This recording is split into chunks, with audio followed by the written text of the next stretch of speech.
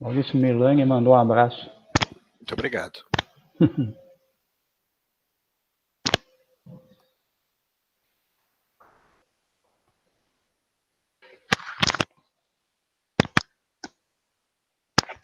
Quantas pessoas estão no YouTube? Tem ideia? Não, ainda não sabemos.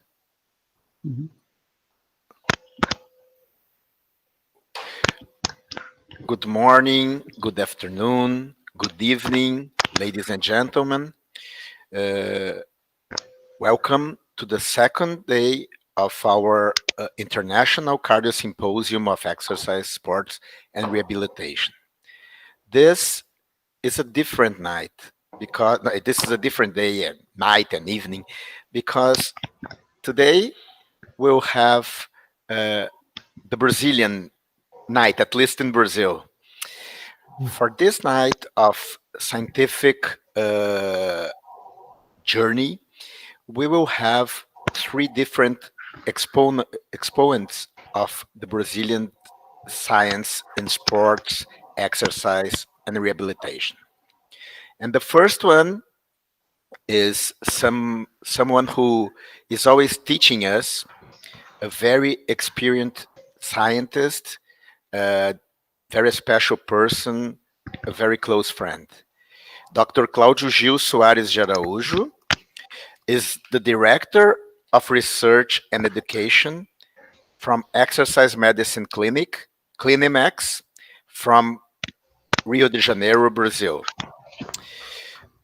He will be talking about something very special. It's a truly journey, his journey.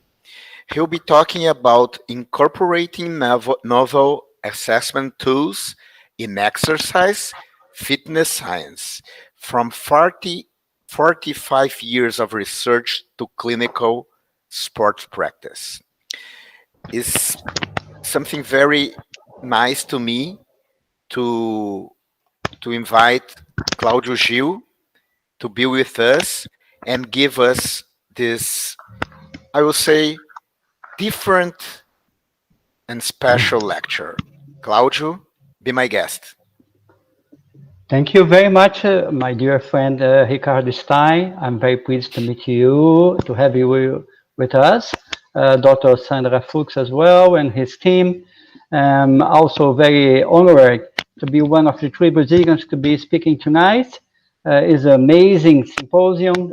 You have collected very awesome faculty members to join us in this symposium. The first part, last Saturday, was incredible, and I hope we can keep the high level of the meeting.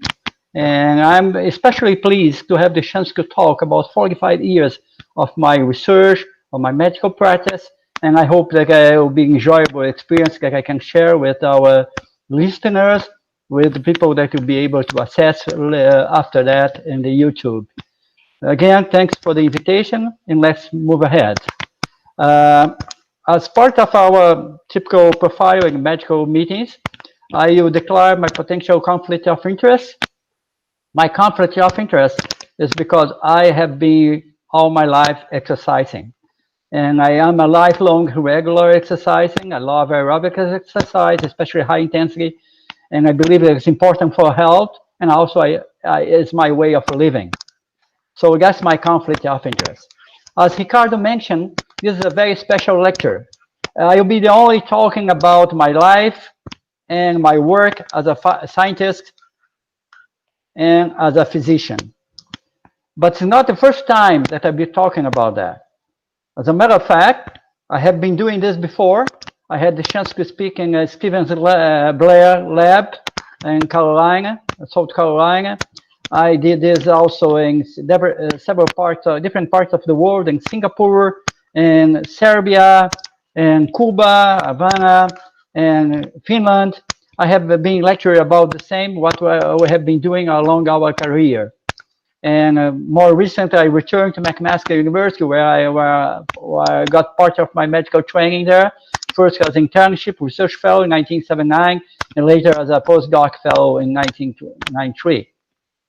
Also in Lisbon, and also in several meetings I have been talking about some of the topics that I'll be talking tonight in the World Congress of Sports Medicine and the Europrevent, European Congress of and the World Congress of Cardiology in Paris. Perhaps the last 30,000, 35,000 cardiologists meeting. I don't know if you will be able to have such amount of people together before, in the near future, at least. I'm pretty sure that not, perhaps in the late future, due to the COVID-19. Okay, but putting this in the context, I try to make some timeline. The timeline when I started that as a medical student in 1975 until nowadays, 2020, I started as a physician, a medical student later on as a physician, and my major interest was in sport. I was a swimmer, I was a judo player, so and I like to run. So I was very physically active. As a matter of fact, when I was 15 years old, I had my first Cooper's test in the high school. So I was very, very active on that. And after I have been training McMaster in 1979, I started to look more for exercise. There was the first time that I listened to the expression exercise medicine. So this is a sort of profile that I have in my life. I changed from one way to other. I started as a sport, and now I'm much more exercise than a sports physician. But I have some experience as a team physician. For instance, I was in 1994 as a team physician for the Brazilian swimming team. And these include two Olympic gold medals. So, two Olympic medals. So, there's a nice group. Claudio, And yeah, let me interrupt you for a while. There is yeah, somebody typing in the computer, and there is a sound that is a little bit annoying. in the Are audience. you in the? Yeah, I think it's something when you use when you talk. Yeah, perhaps the microphone. Let's see. Maybe Yeah, it's yeah, hitting someplace. yeah, Okay, it let's see. is. Okay, thank you. Sure. Well, very welcome. And Sandra may remember that 1996, we went to Porto Alegre to evaluate judo players and Sojipa, including one that later became a world champion. So it was pretty nice to have this experience in sport. And I'm still seeing athletes in our clinic. This example, in 2016, a gold medalist. But I heard the lectures in the last Saturday, and I know there are a lot of issues in sports about what is a click's heart. That's a very famous expression. But I would like to make some points, some question marks on that. These guys at the left panel, they are top athletes. They are Olympic champions. But what about their heart? Do you believe that they have a resting body cardio? Do they have a left ventricular hypertrophy? Do they have a right bundle block? Perhaps not, because they are not intensely trained in terms of aerobic. So, but this other guy in the right panel, this guy completed 401 marathons in exactly 401 days, one per day, and he's not athlete. So I'm sorry that there are a lot of guidelines in electrocardiogram and athletes and so on, but not always athletes are having heart adaptations. So that's a big complication. And we look for that together with Jürgen Schahag, a good friend from Germany, currently at the Vienna University in Austria. And we published a paper called Athletes, a working definition for medical and health science research. This paper already has 42 citations in Web of Science, and we published that in American College of Cardiology as a sort of expert analysis. And we comment the athlete and exercises are two different things, because athletes is something that is very related to performance, is very much related to business nowadays. Is someone that's a big training aiming to improve the performance and so on and so on. Is formally registered, but his also is very important. It's his way of living. So someone competing, running marathons once a month or twice a year, he's not athlete. He's exerciser. So athletes are the 12 guys in the first line of a marathon that are running for money. They're running to price. So that's the important distinction that I would like to make now. And following my personal timeline as a scientist, I start much more as a physiologist. That's my part of my background. And then I move from medicine, for more clinical and for more practical aspects. So that's an important point to mention as well. And in sequence, I start as a scientist looking for small samples, very small studies, more a lot of experimental studies, sometimes the sample of 10, 20 subjects, but I move along the time for large samples. And nowadays, I look for thousands of subjects in our studies. So as a scientist, I was primarily university oriented. But 1994, when we started Clinimax, I brought out my academic experience for a clinic, exercise medicine clinic, a private exercise medicine clinic. And then we try to combine good quality medical service with high quality research. So more recently, a long-term scientific dream is now a reality. What is that? We have an open cohort study. We have been carefully collecting data since we opened the clinic.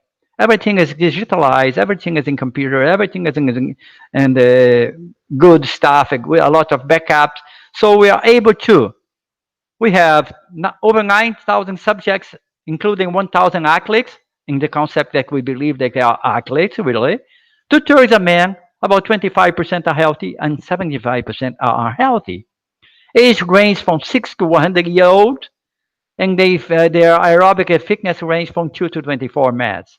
Over 13,000 evaluations because many subjects have more than one evaluation, and quite a few have more than 10, 15, and some have more than 20 evaluations in sequence. And 22% of them have more than 2 evaluations, and in median follow-up is 11 years. That's are the style that I play nowadays. A lot of information, a lot of data, and trying to collect everything, organize everything to make a good research. It's our cohort, it's our data set. You know? And we know why the subjects die. We have the ICD-10 calls of that. So we can combine this information and do a lot of interesting epidemiological research. Of course, nobody does this alone. This is part of my team. My major colleagues working with me, Cláudia Lúcia Castro, João Felipe Franca, and Cristina Grun de Souza Silva, are the collaborators, all of them well trained. I'm pleased to tell that all of them were my students, graduated students, so I know how they were trained. So I also learned in my career that it is very important to have a strong international collaboration. But I strongly believe in two-way international collaboration. This one make the collaboration really rewarding. So these are our major two collaborators groups, the head of them. Jonathan Myers, that was the speaker in the first morning of this symposium from Stanford University VA Health Center, Palo Alto, US, and Jari Laukkanen from University of Jyväskylä in Finland. He is responsible for the QPO ischemic heart disease cohort, a wonderful study. Both have hundreds of publications, and we are pleased to work with them in several works and having them supporting our research. Where I am, I had a MD, MSc, PhD, and a postdoctoral fellowship in my career in different times. The first three were obtained at Brazil and the Federal University of Rio de Janeiro, and the last one when I returned to MUSK after, as I told before, having been a research fellow in 1979 in my internship as a medical student, and now return with 1993.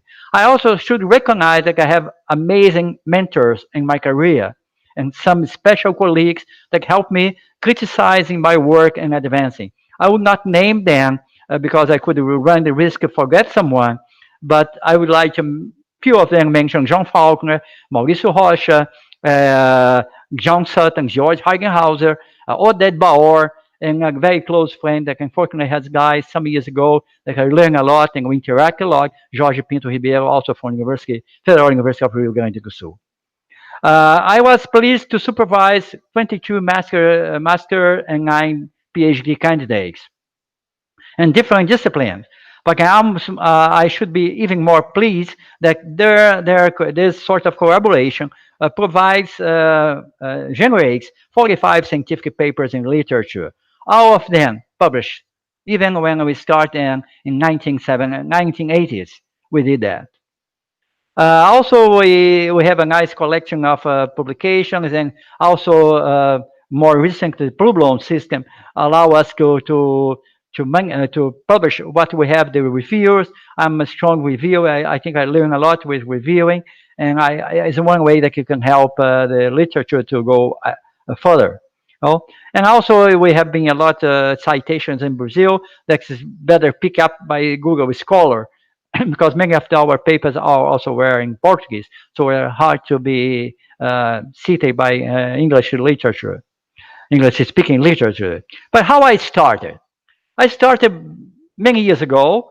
In my first paper, I was a second year of medical school when I published a paper on heart rate and swimming. I believe I was not born with gray hair. I also I had some time in my life black hair. This was in 1975. And then my first Brazilian Congress of Sports Medicine was exactly in Porto Alegre. It was organized by Dr. Eduardo de Rosa, a very close friend. This was 1979. And but what areas I have made contributions and innovations, I think.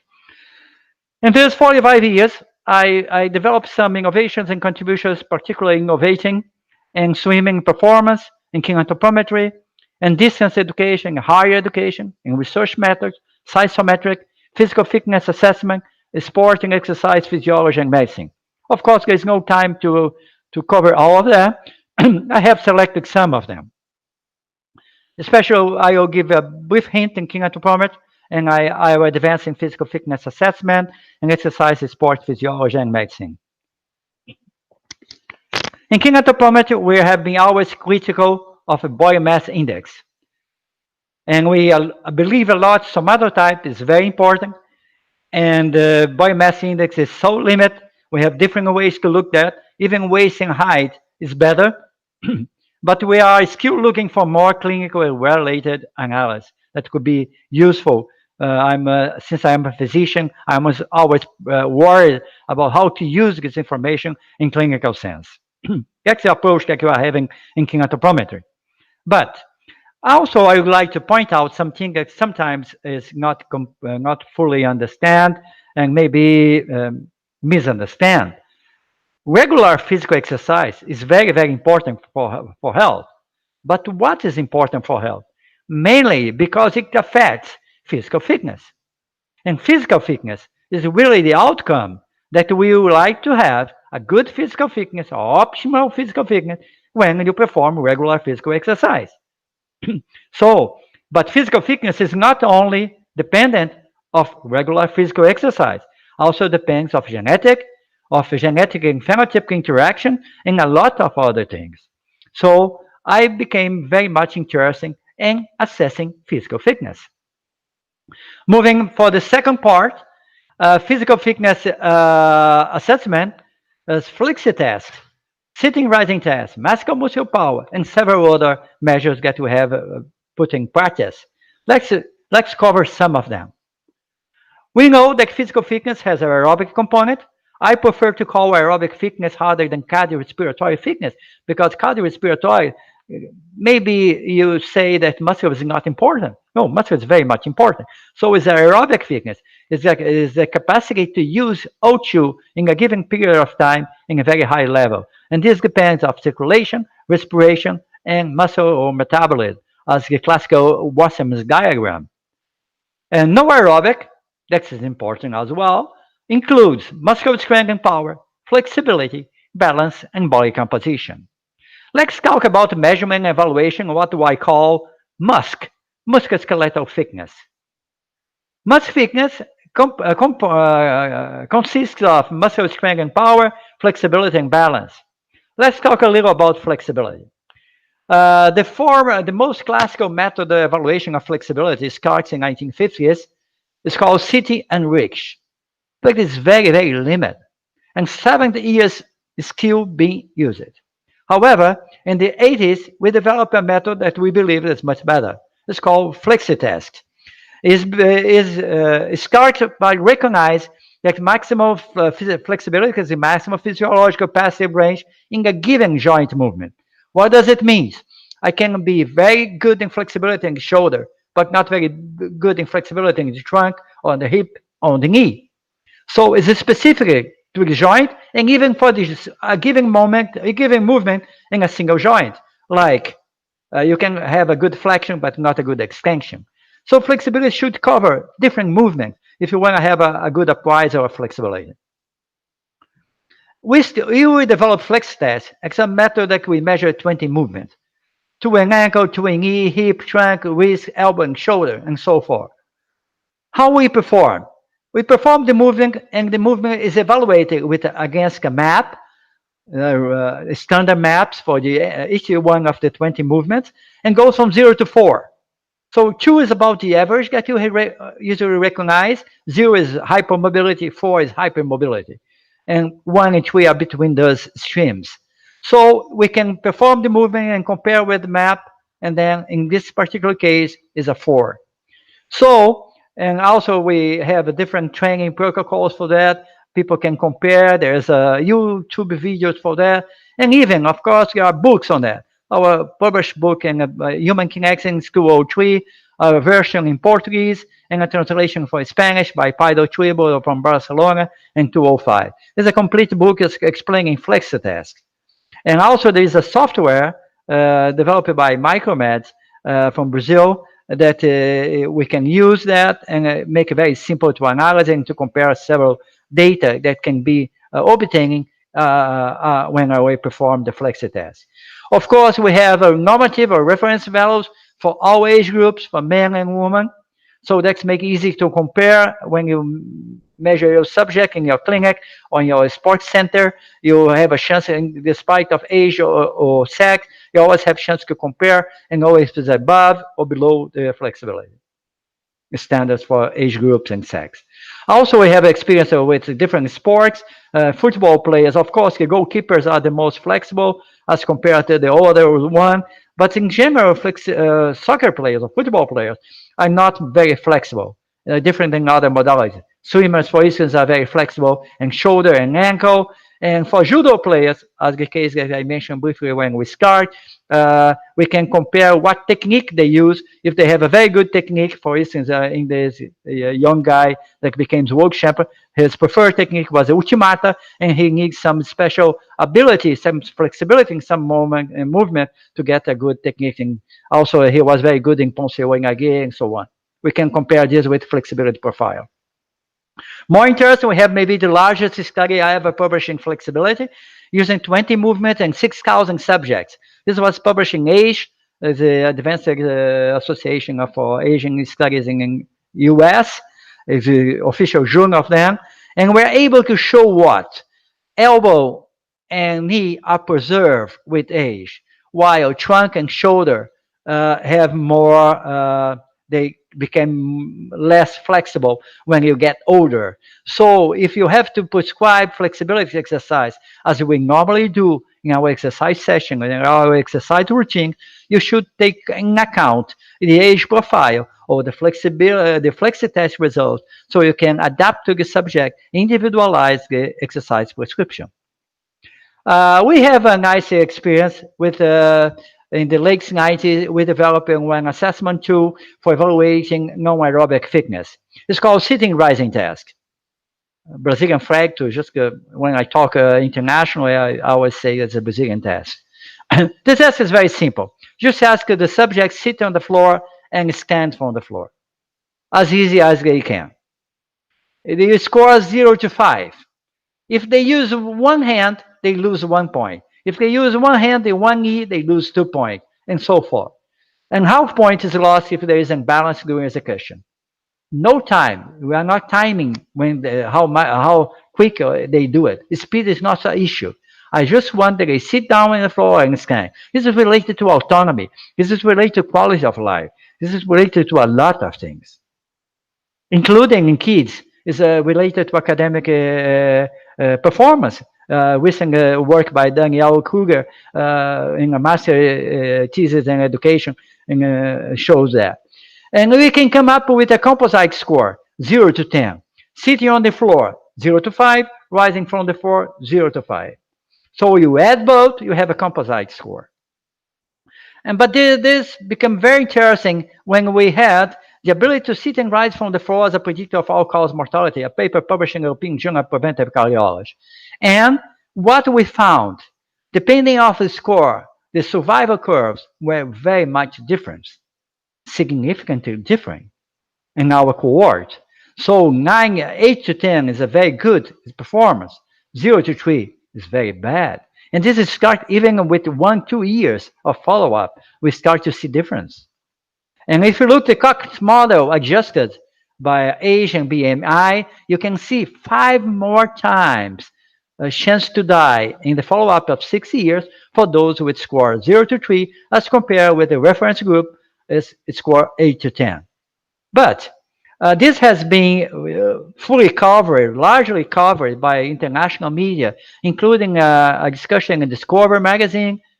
Men's Health includes one of the 3 fitness tests you should be able to pass. And Wikipedia is in 3-4 different in language. We have sitting rising tests, and the metrics of the paper is quite good. 40 reference in Web of Science, over 2,000 download. And if you look at the Google Scholar, it's over 100 papers cited, our original paper. But more impressive is the altimetric score. It's percentile 99.9.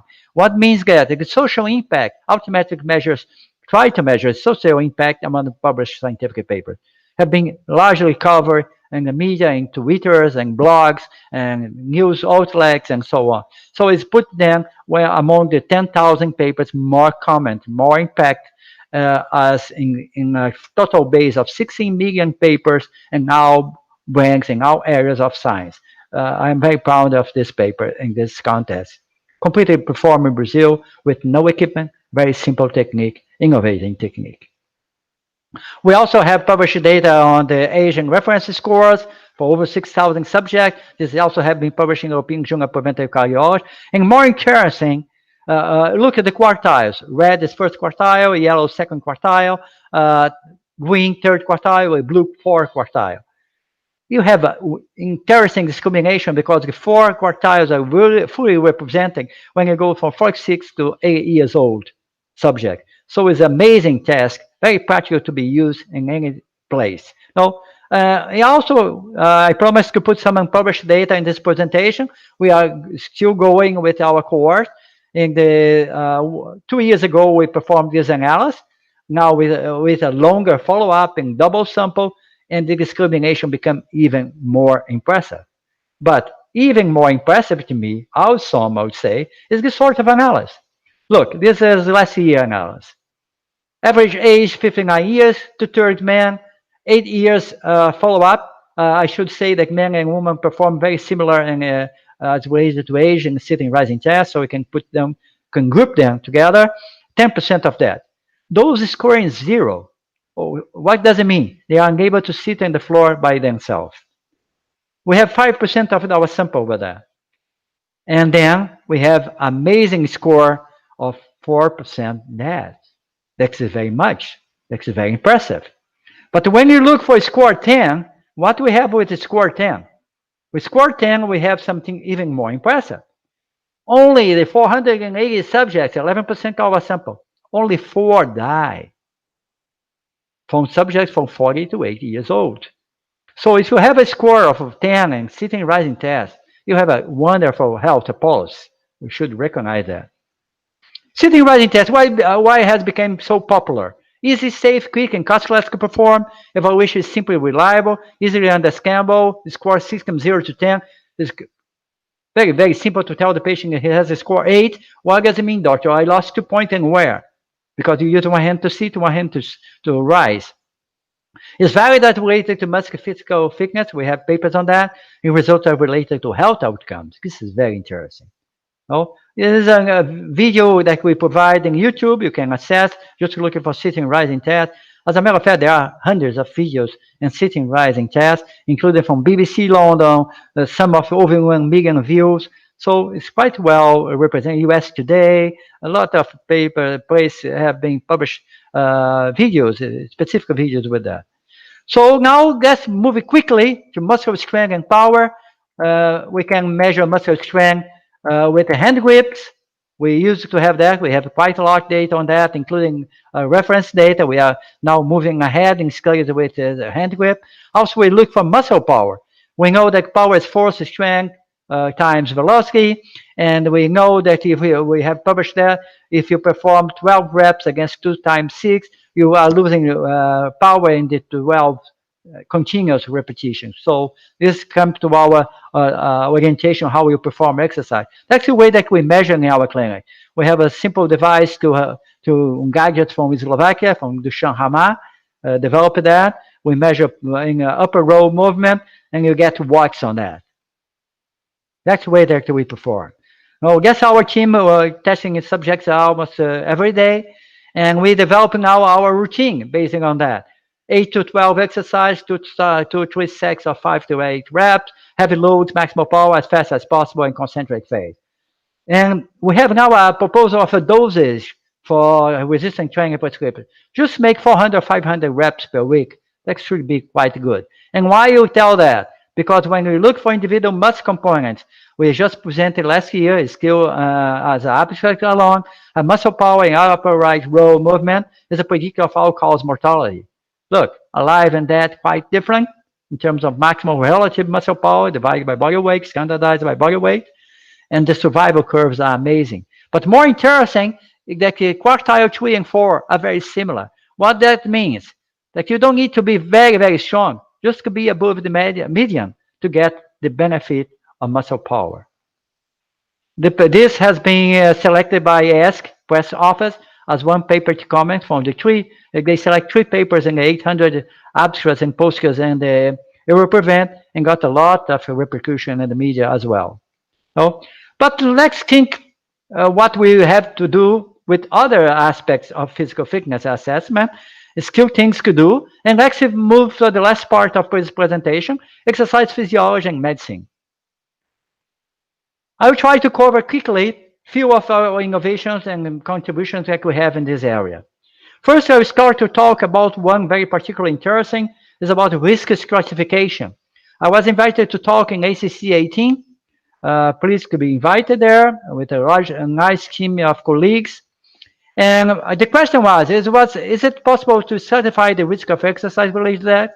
Yes. If you know the risk factors, you can estimate their impact in a given individual situation, condition, we can do it. And we call a scale, risk of exercise related to that. 3 major modulators, clinical condition or medications in use, type of exercise, sport to be performed, if it's shooting, very low risk, if it's going to Everest, very high risk, intensity exercise, 1 to 3 points, and minor modulators, environment conditions, type of performance, age, fitness level, sex. You know, the sudden death is about 10 times more common in men than as compared to women. And so you came to a score from 0 to 12. Higher score represents lower risk of exercise-related death. It's like a Glasgow scale. The score is approximately equivalent to the exponent of the number of exposures need to unfavorable event to occur. A score 0 is attributed if there is an absolute and acute clinical contraindication for exercise. So it's something like that. If you have a score 10, you are 1 in 10 billion chance to die during this particular session of exercise. But however, if you are score 2, you will have 1% of chance to die. This is about what happened when someone tried to reach the top of Everest. Another 18 lecture that I had chance to present, it was also very interesting.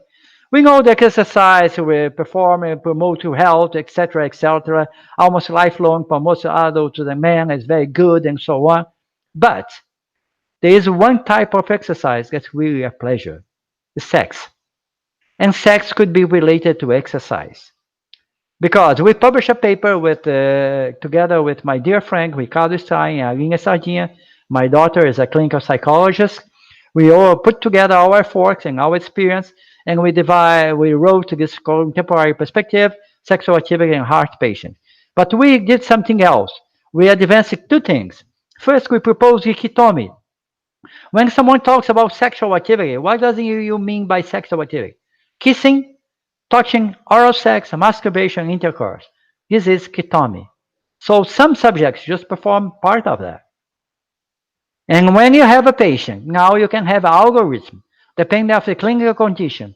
You are allowed to suggest you just have KIT or KITOM or maybe KITOMI. So you can stratify, you can clinical advise patients about how they could manage their sexual activity. Cardiopulmonary exercise testing is my hobby. My first exercise, cardiopulmonary exercise test, I call CPX ahead. Starting from now, CPX I did in 1974 when I first started medical school and the Mauricio Rocha lab. So with over 45 years, I have been doing cardiopulmonary exercise testing. And we create some things on that. We have the cardiorespiratory optimal point. What does it mean? It's the lowest mean value of VeVO2 in a given minute of incremental CPX. Likely reflects the exercise intensity in which circulation, respiration interaction is optimal and more efficient. We know that if you remember respiratory physiology, the WESC zones 1, 2, 3. I was a physiology professor at university for years and years. I exactly teach respiratory and cardiorespiratory and exercise physiology. What we have with that? There are areas of the lung that are better ventilation perfusion. Other areas in the lungs that are less well matched. So when you start exercise, you decrease the ratio of ventilation to cardiac output. And this could be expressed by VaVO2. So you have a point that we can call what is the minimal value, and we decide to call this like one car that runs at 80 kilometers per hour is the most economical speed. Also have a one intensity, exercise intensity, that's the most economical, is the optimal point for interaction in cardiorespiratory systems. This is easily perceived in a graph line when you look what is the lowest value in a given minute. Also, you can take this from a table. It's just to look the minimal value. There's no interpretation. There's no guessing. There's no need to make reliability because it's just to look the lowest value. If a kid can recognize, can pick up the minimal value in a given table. So, but when you have unhealthy subject, this value is considerably higher. You can be 15, 16, 17 in a very young subject, very healthy, very physically fit, but you can go for 30, 35 for a healthy patient with, or a patient, for instance, with a congestive heart failure. The interpretation, as compared to an aerobic threshold in VO2 max, of course, COP occurs a much lower exercise intensity. And this, you also have curves, we publish curves, reference data for normalcy as related to sex and age. And we are able to use this in an epidemiological study as part of a PhD work as Plinio Ramos. We had this as predictor of all-cause mortality.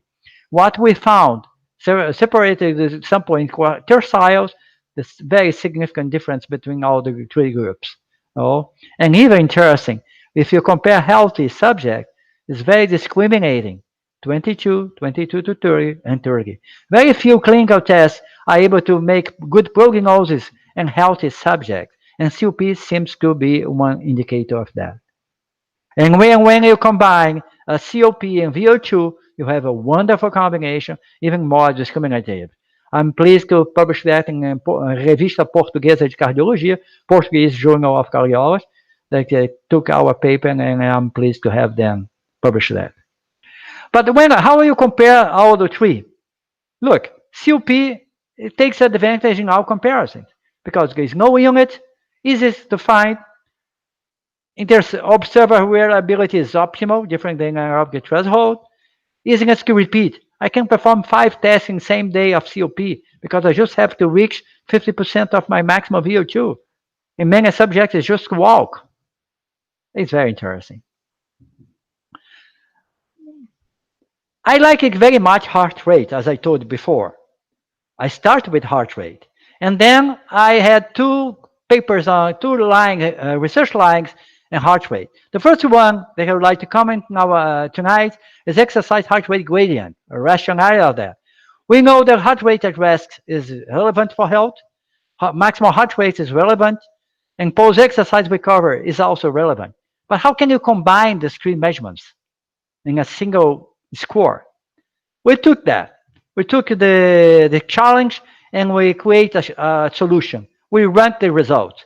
First step, to combine, to make three variables in two.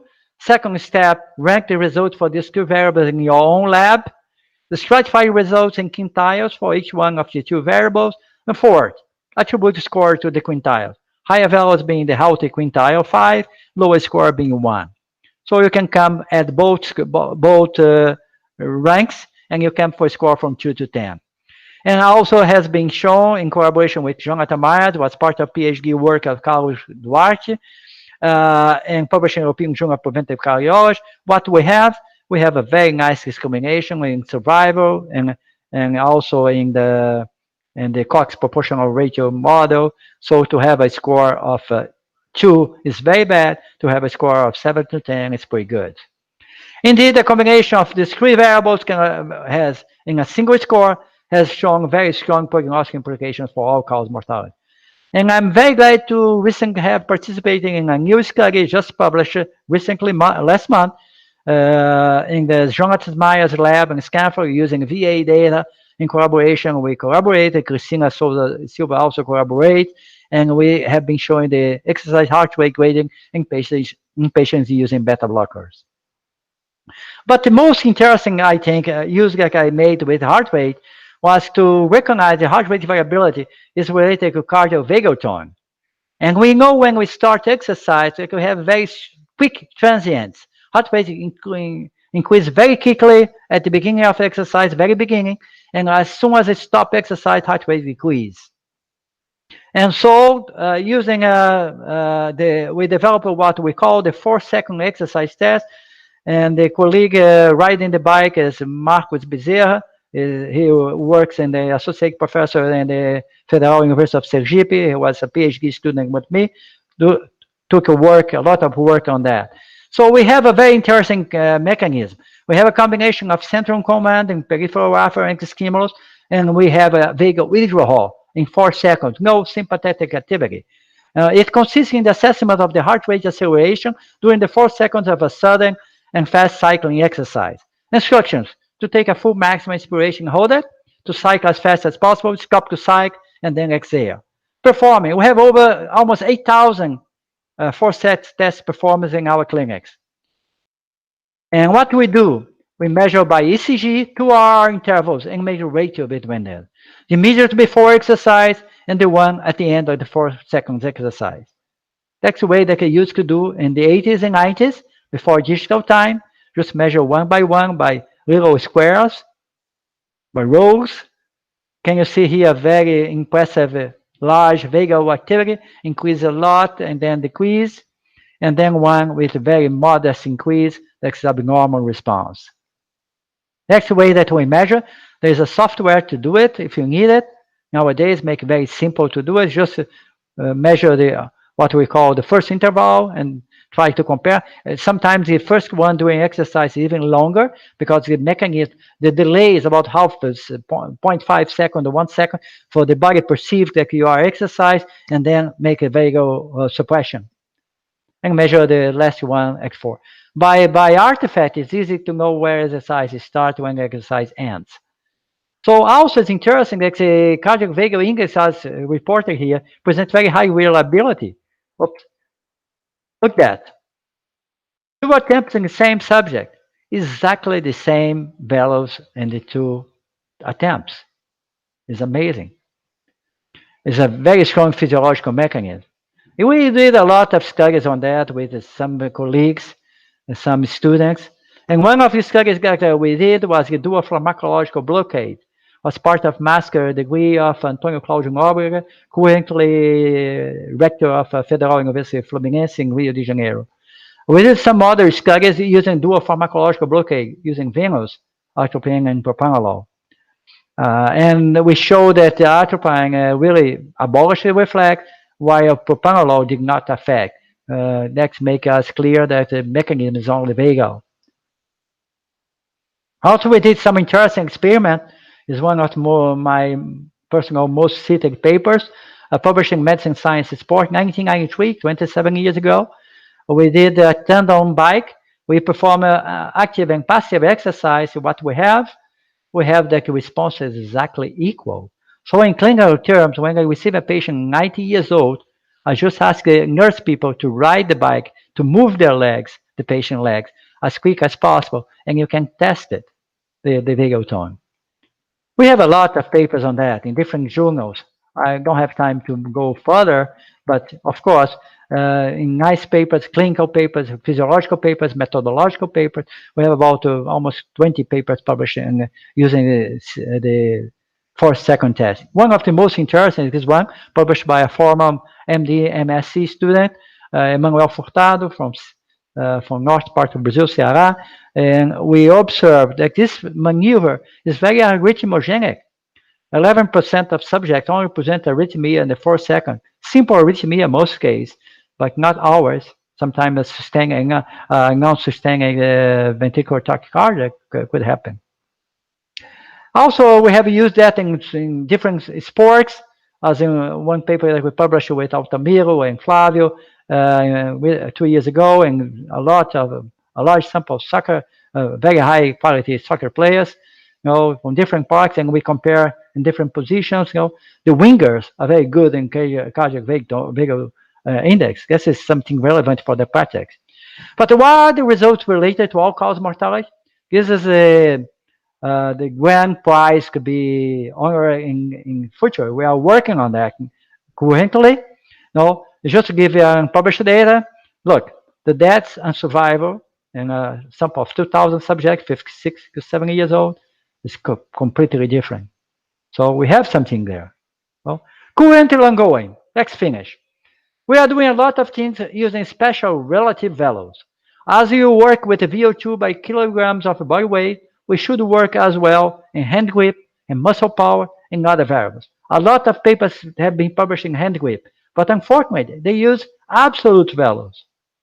We cannot compare a very morbid obese with a young girl or young boy or young man weighing 60 kilos. They have the healthy men have lower hand grip. There are a lot of things ongoing, a lot of things with 4 seconds moving, and aerobic fitness as well. So, what's next? If you ask me in 5 years, what do I have to do? Advancing diagnosis and prognosis markers in physical fitness, exercise testing, assessment. That's my goal. Completely revising our clinical cohort data set. We are revising very careful. We like high quality data. Combining variables for better interpretation. It's not easy to do that. For the students that are listening, in 1994, we didn't have Windows. We have DOS. Have you heard that? We have to open reports in DOS. It's not easy. Using relative and now percentile versus absolute value. Percentiles is something very, very interesting. We immediately adjust for age and sex, rather than Cox modeling. So that's are the things that I'll be doing. What's the take-home message? Is it possible to innovate into research in exercise and sports science, even if substantial funding equipment are unavailable? In my all 45 years of scientific career, I never have used one single piece of equipment that costs more than $10,000. That's the VO2 metabolic analyzer. Flex test, sitting rising test, all of them are free, 100% free, costless. So it's possible to do good research, even being a country where funding for research is historically bad, and nowadays is even worse. So we can keep on. Brazil, in the international ranking, SciMago, is placed in 6th position in sports science in the world. In the average, Brazil is 14th position. In medical science, Brazil is 14th position. But in sports science, Brazil is 6th position. We have done a lot. And we hope that our students, our colleagues, and those listening to this presentation can also continue this legacy in this story. I thank you very much for the opportunity, Stein, Sandra, And I hope I'm ready for a brief period of time and questions. Thank you.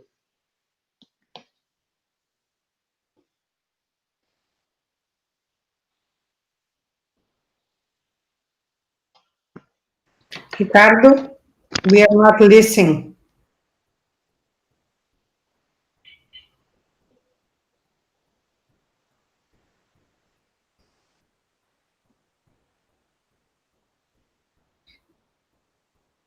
Oh,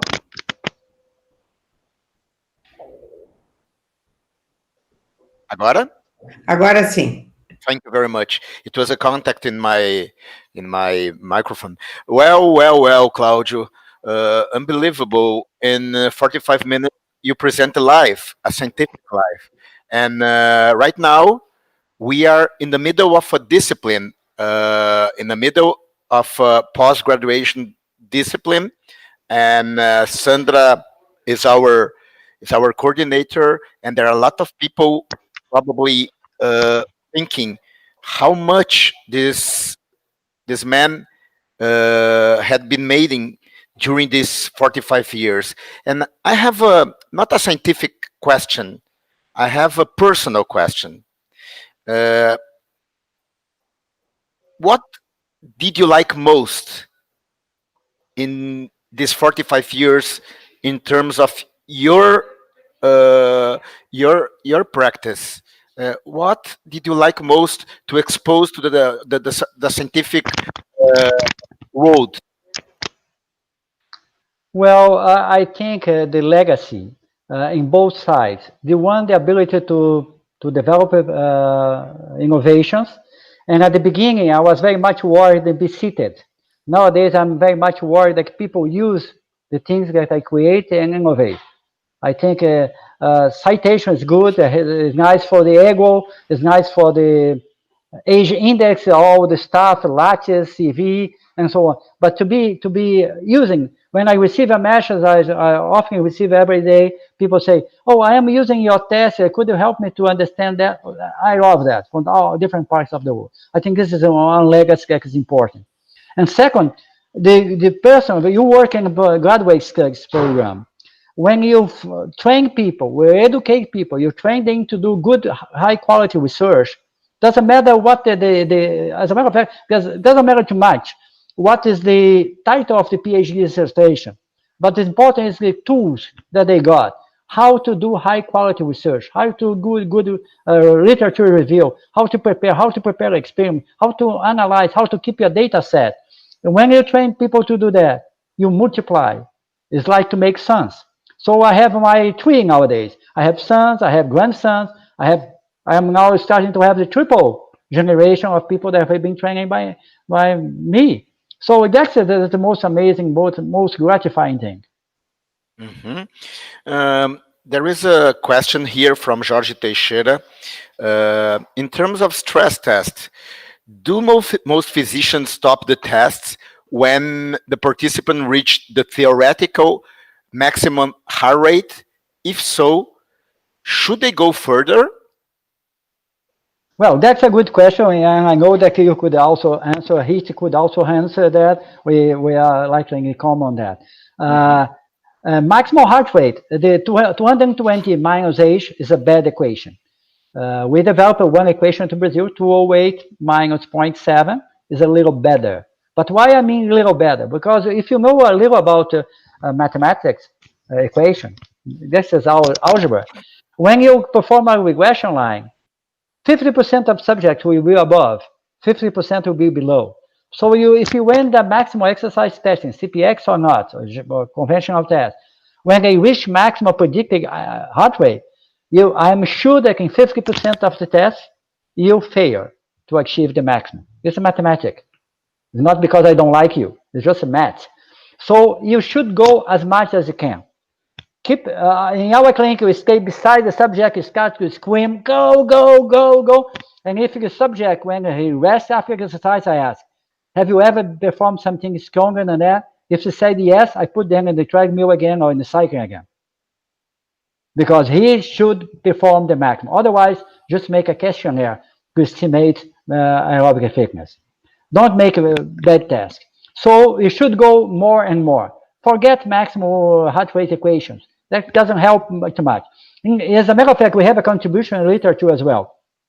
If you are from 20 to 36 years old, young adult age, adulthood, what we have, there's no biological, physiological reason for heart rate decrease, maximum heart rate decrease with age.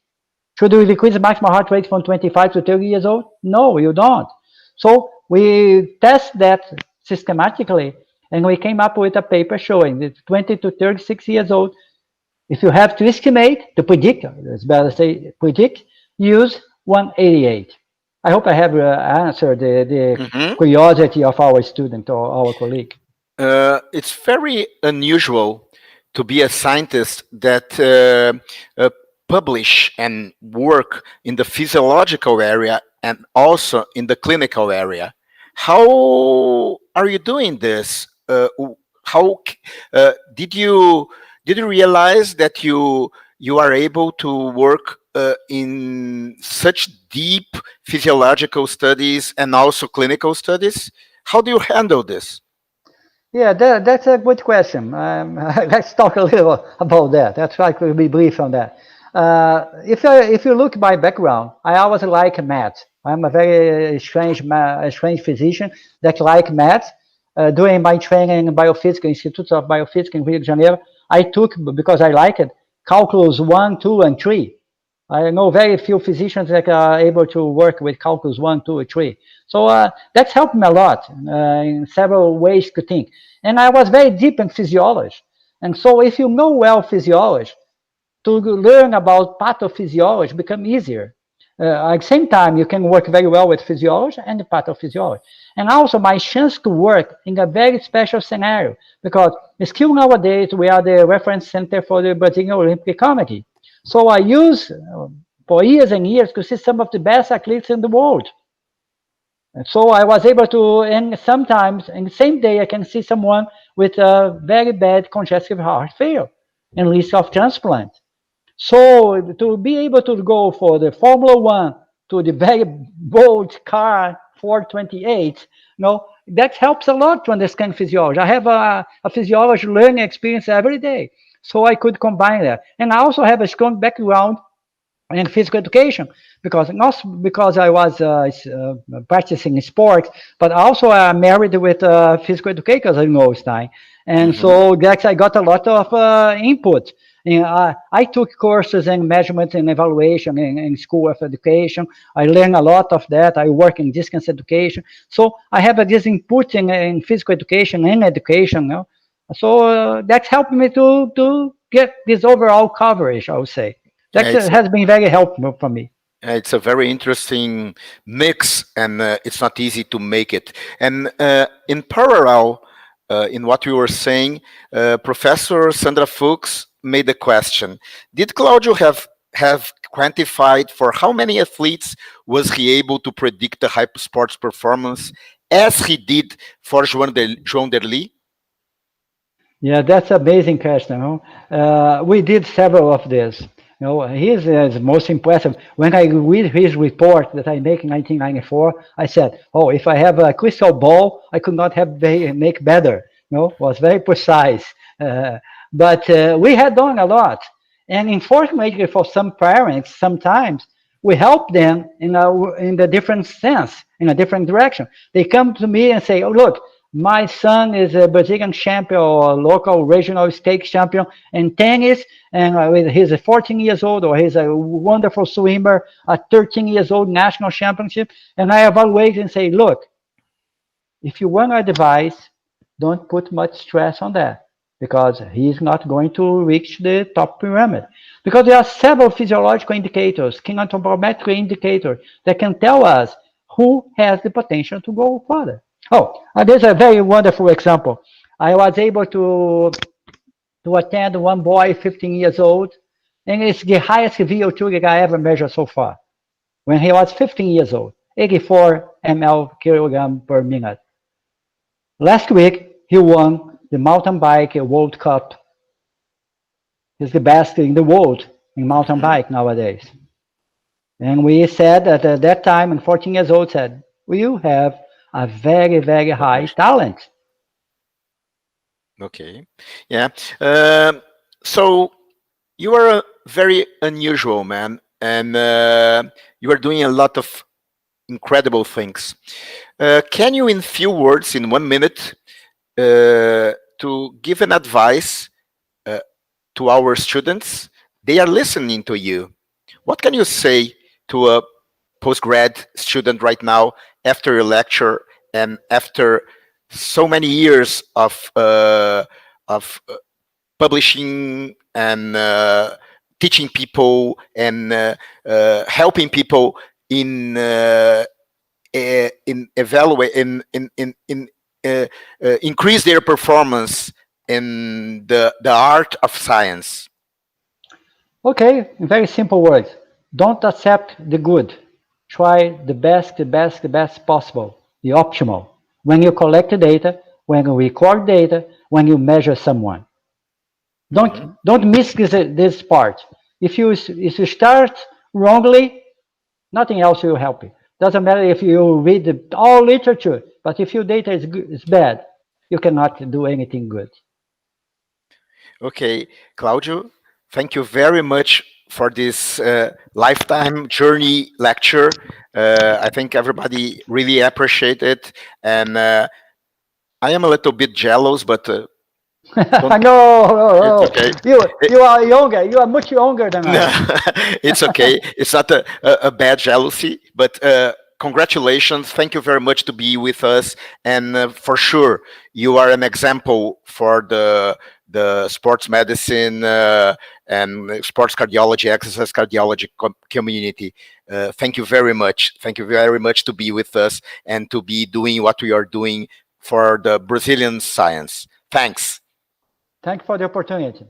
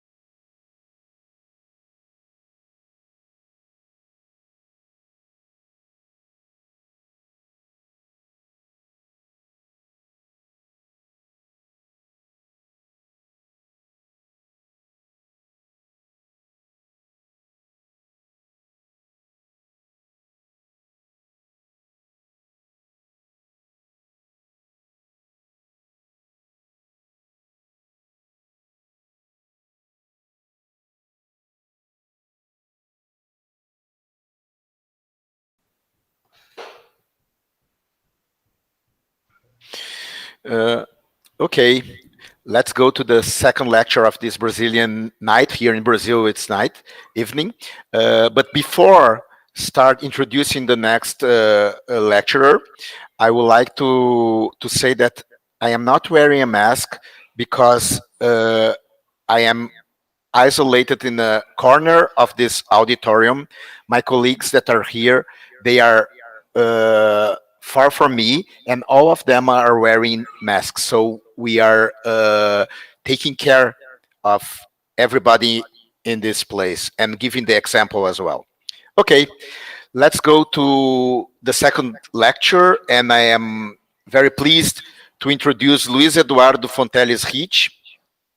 He is a cardiac rehabilitation coordinator of Hospital Cardiopulmonar de Salvador, from Salvador, Bahia, and he works at Escola Baiana de Medicina e Saúde Pública in Salvador, Bahia. Dr. Heath will give us a lecture.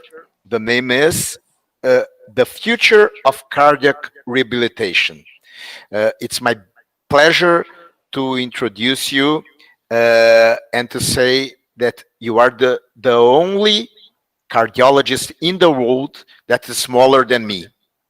Okay, I think that it's something stronger than formality, and I needed to say this. Forgive me, Hitch, but I love it. This time you want to have how to compare each other, and then I can prove that I'm taller. Okay, Okay. after coronavirus pandemic. Okay, Ruth. Very Uh, good. so Thank you. please be my guest, and in the next 60 minutes we will have your lecture and the question and answers as well. Okay. Perfect. Thank you very much, Ricardo. Thank you very much, Sandra, and congratulations for all this symposium. It's an extraordinary symposium for me. It's a great pleasure to be within this faculty and to talk today about the future of cardiac rehab. And I can say that you made me think a lot these days. Start and then I say, how can I tell the future? So here in Bahia we are like mystics, and we have a lot of religion, and I even try to look for a future teller. Then I just know today what is in the is the thing today is the machine learning and AE, and so I thought to go on that way, but then I look around and I say no, I have to look to the past and let's understand the present, and then understand some external factors, and then we're gonna can figure out something about the future. And it's that way that I wanna talk with you guys in the next few minutes, and then we're gonna look back to the past. And when we look to the past, we can see. Hitchy, Sure, just a sorry. second. In the present, can you push the button ocultar in your screen, please? Okay, that's So okay. now you can go to the But past, please. can you see my screen now? No. No, No, yes. the presentation That's the closed. presentation is closed, yeah? Yeah, So it was. the thing is, Let's just a go again. minute. Sorry about that, but there was a strip called share screen, and Yes, I got it. Now that's okay, I think. no, Uh, no, let's now see. it's okay. Yeah, No, yeah, yeah, it's okay. It's yeah. You great, can see great, my fantastic. fantastic. You can Yeah, see. yeah. Go Okay, ahead, please. we are in Athens now. We're back to Athens.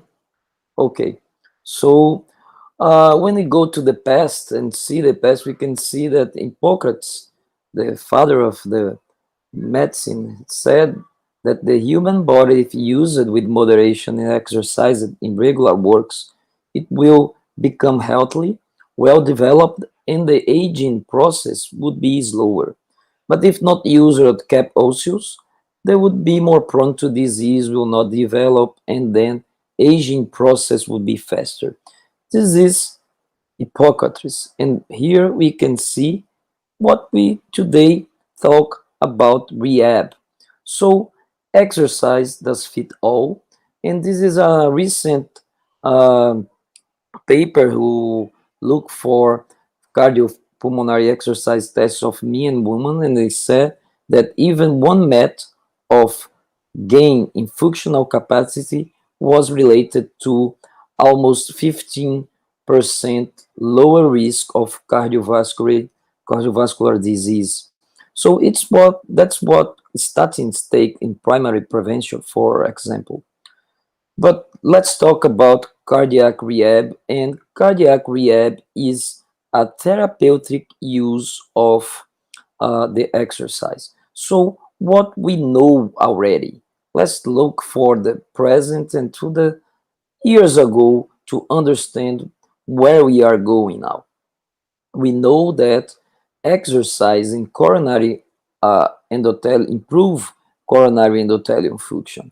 See here the exercise group improved coronary blood flow, different what happened in the control group, and also the luminal diameter. So we also know that the exercising cardiopathies, they can slow or even uh, uh, take back the process of cardiac dysfunction. See in this other paper that patients that exercised improved the EF, the ejection fraction, and that not happen in control group, and improved also their diastolic and systolic volumes. We also know from the past that the time to angina after cardiac rehab improved. So this is data from Paul Thompson, data from 2005 that they showed elegantly that post-rehab, the time to angina went up, and as the heart rate goes down, the exercise heart rate goes down, and the time to angina onset went up. And this was proven also using scintillography or nuclear tests that patients with ischemic defects recovered these defects just with exercise. We also know from the past that this is, 2004. This is before courage study. And before courage study, some patients were randomized to coronary angioplasty or exercise training. And the group with exercise training alone went better than the one who go through a PTCA. So it was before courage study, and we already know this. We also knew from Bellardinelli and colleagues from Italy that patients in cardiac rehab, they improved their quality of life, and also that they reduced the mortality rate in these patients with heart failure that were randomized here for an exercise program, cardiac rehab supervised exercise program, total mortality or cardiac deaths. They also look at to those patients in a timeline of 10 years, and they also have the same results. We know also from a recent data published in JAMA that in patients with valvular heart disease after surgery, if they do a cardiac rehab, they improve and they have a lower mortality rate in this cohort study. We also know that patients who were submitted to cardiac resynchronization, they improved, but the ones who afterwards were put on cardiac rehab, they improved even more than the ones that were in the control group. And we know also, looking for our data in our lab, that patients who most improve were those one who have the lowest peak VO2. So the more disease one were the ones that most improve after cardiac rehab, and those with in a range that was even in the range for cardiac transplant. 46% of those improved to be out in the range of the cardiac transplant indication, for example. We also know from HF Action, the biggest study with cardiac rehab, a multicentric randomized study, that in the adjusted analysis, they found a lower rate of all-cause mortality and all-cause hospitalization. But we understand in that study that even in a controlled study, patients did not adhere to cardiac rehab. So this is a big issue, and we have to have them to improve their adherence. There are some meta-analyses already. This is one of them, showing that patients in cardiac rehab improved that functional capacity, improved the quality of life. And this is another Cochrane, more recent meta-analysis that shows that a tendency from improving survival, improvement in heart failure need for hospitalization, and an improvement in the quality of life. Here, used the Minnesota Living with Heart Failure questionnaire.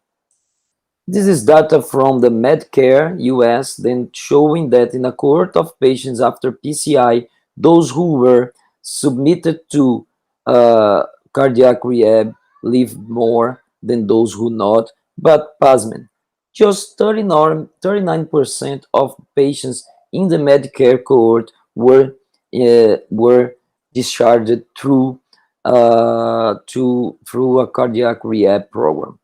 So we know that in all guidelines, cardiac rehab, he's the example of one of the European guidelines, but this is the same in our Brazilian and the US guidelines, that exercise for heart failure and for coronary heart disease patients are class 1 indication.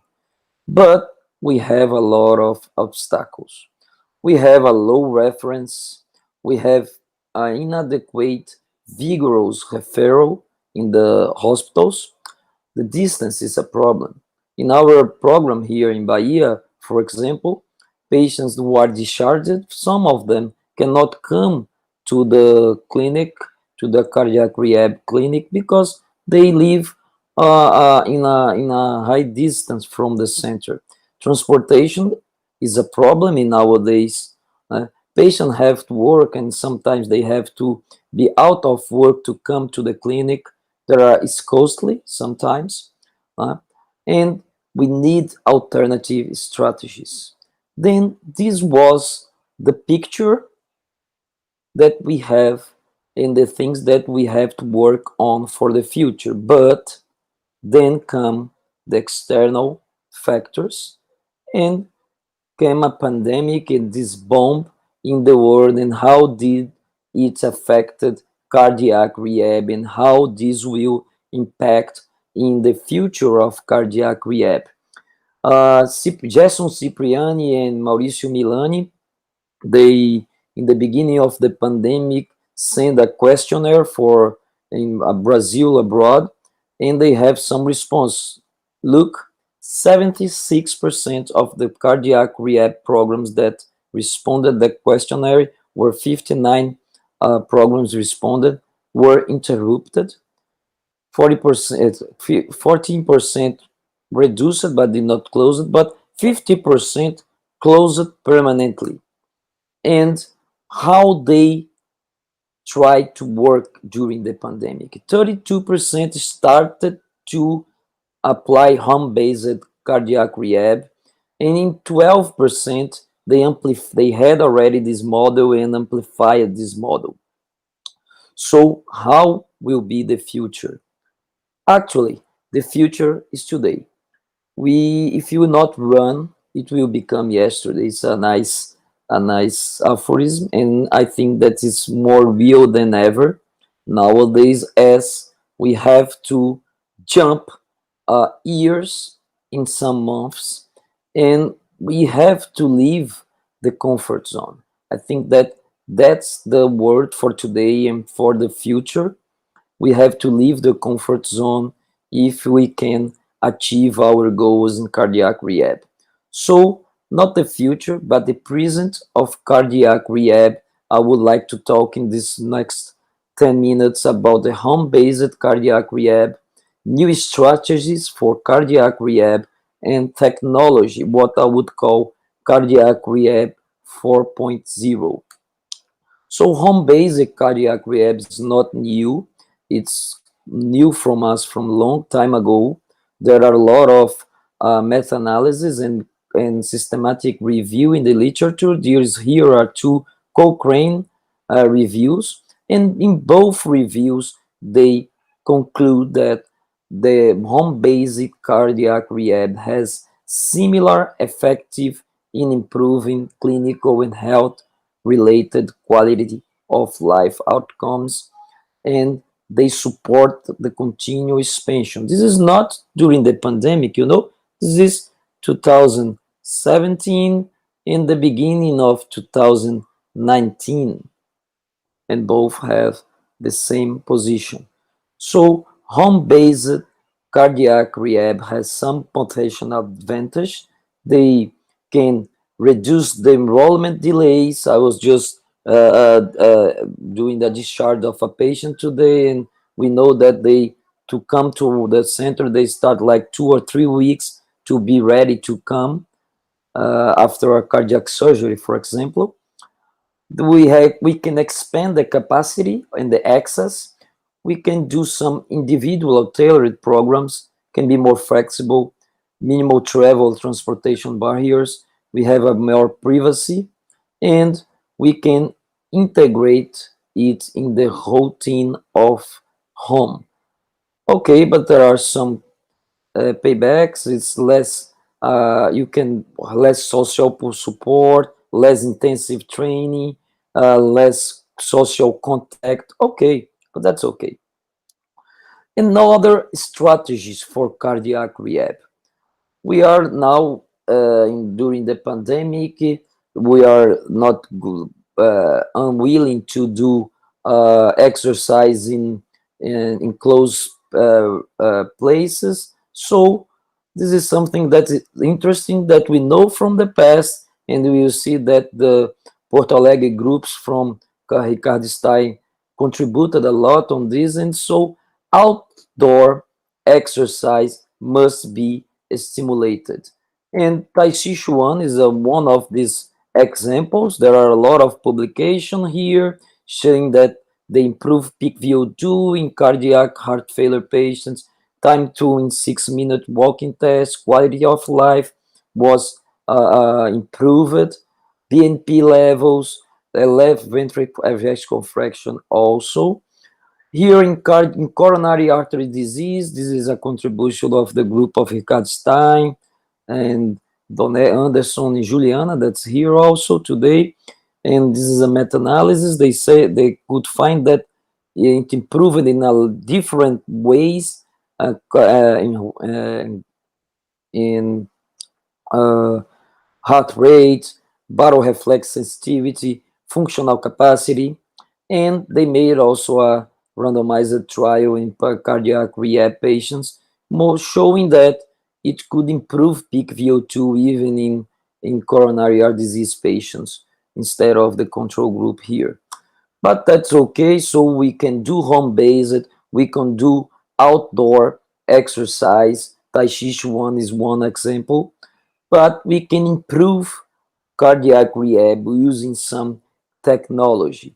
And so let's talk about cardiac rehab 4.0, how to improve. And in the classic model, we have some MD, a research nurse, a physiotherapist, or a physiologist that are in the team. They can do this virtually, even the consultation. The database are reports generators in the paperwork here. We can use digital platforms.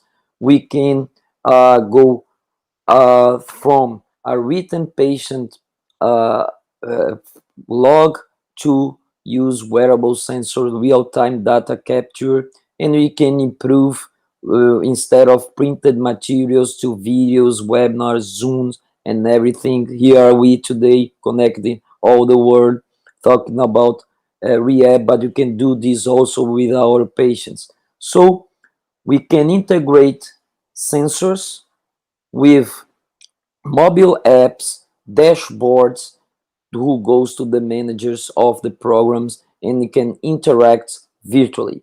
Somebody are doing this around the world, and this is a trial last year was published in Heart that a program like this integrated app and smartphone program was implemented, and in patients who were randomized 162 patients to use this program or to a clinical based cardiac rehab program, and they show that there were no difference in functional capacity improvement in both groups if using a remote cardiac rehab program, was smartphone based or a classical one. And there are already some meta-analyses on that. saying that this is non-inferior to the classical rehab programs in improving VO2, exercise adherence, and was superior to improve exercise adherence and superior in improving of physical activity, or the general daily physical activity, for example. This is another review showing that was no difference between the classical and the telehealth program in improving the functional capacity, for example.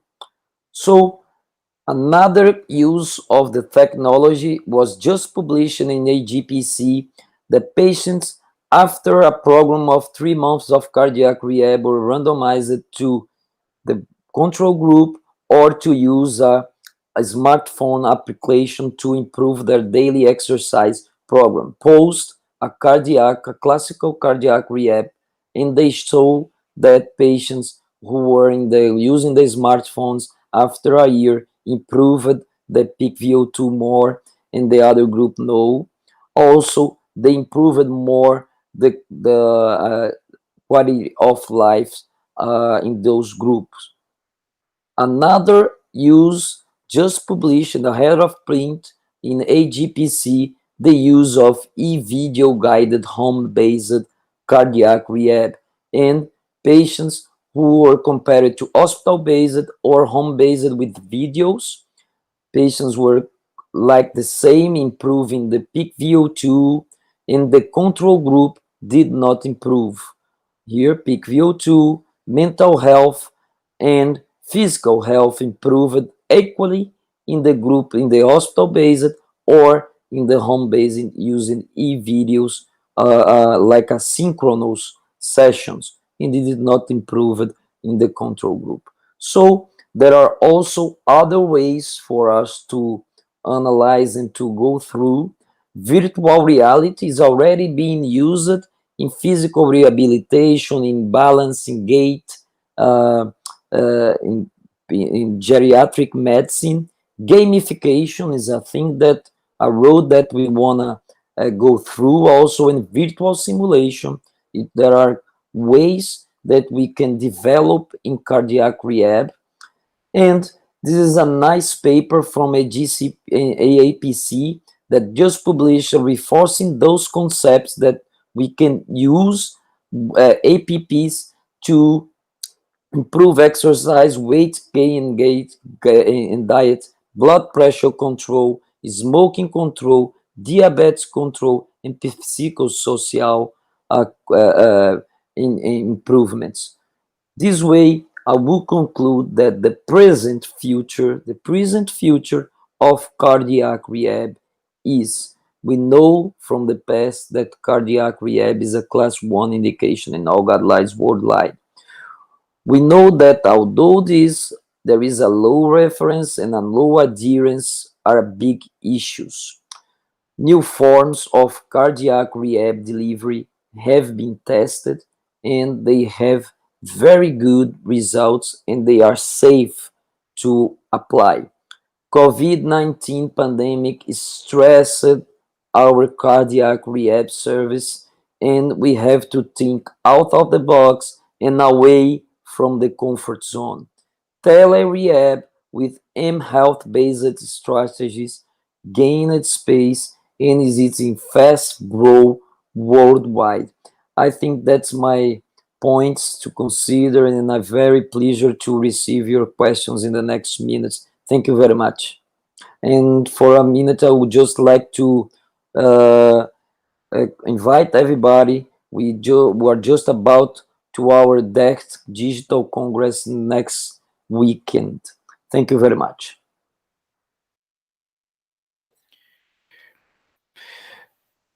Thank you very much, Dr. Ricci, for presentation. For this presentation, and I think we have plenty of time to discuss not only the future but the present of cardiac rehabilitation. And I would like to start, and I encourage the audience to make questions. But I will do the first one, Hitch. Okay. I can hear you, Ricardo. No audio. Ricardo, we are not listening.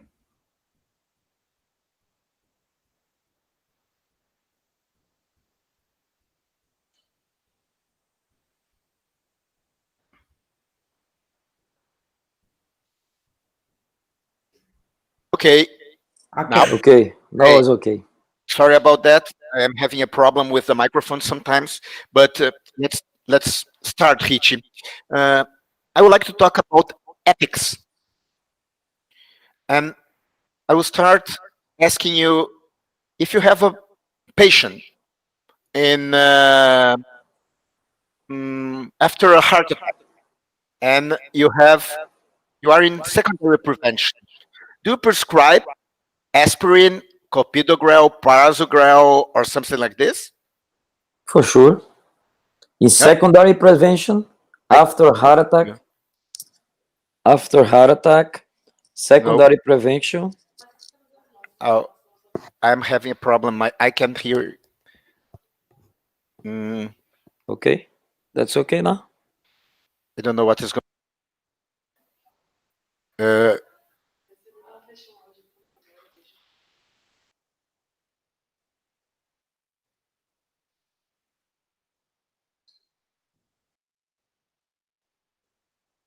can you hear me? Yes, Hear me? Yes. Yes. yes. Okay. So in secondary prevention, straight. Do you prescribe aspirin? Yes, for sure. In secondary prevention, for sure.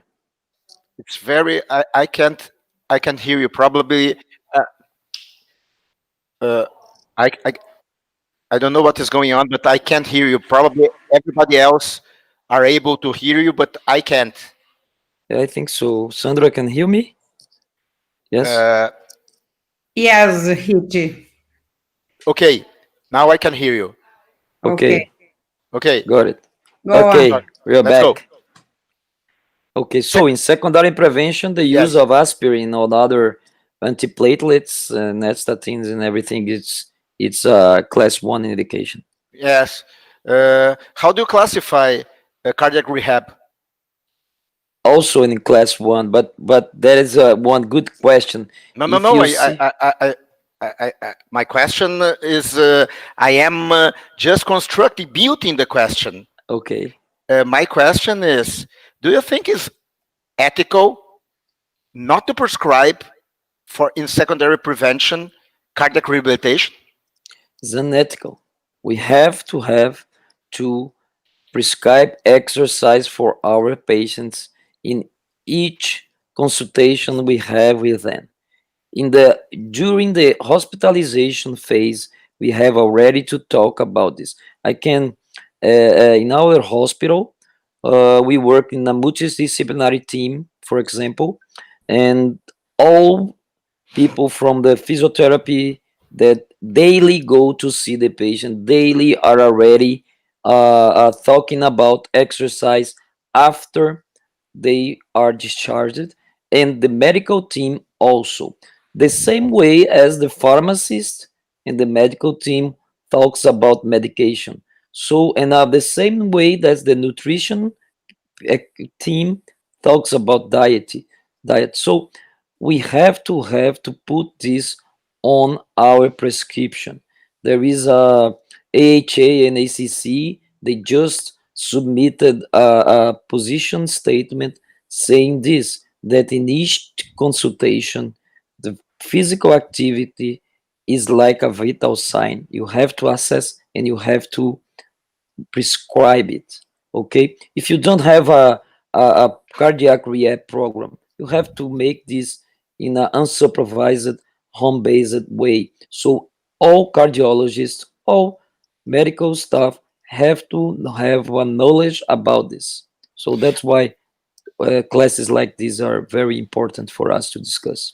So you, Anderson, our next speaker, myself, Mauricio Milani is the first author. We just published the 2020 guideline of the Brazilian Society of Cardiology in cardiac rehab, and Yeah. over there the level of recommendation, the class of the recommendation class is 1, and level of evidence is A. And how many patients are in cardiac rehab in Brazil?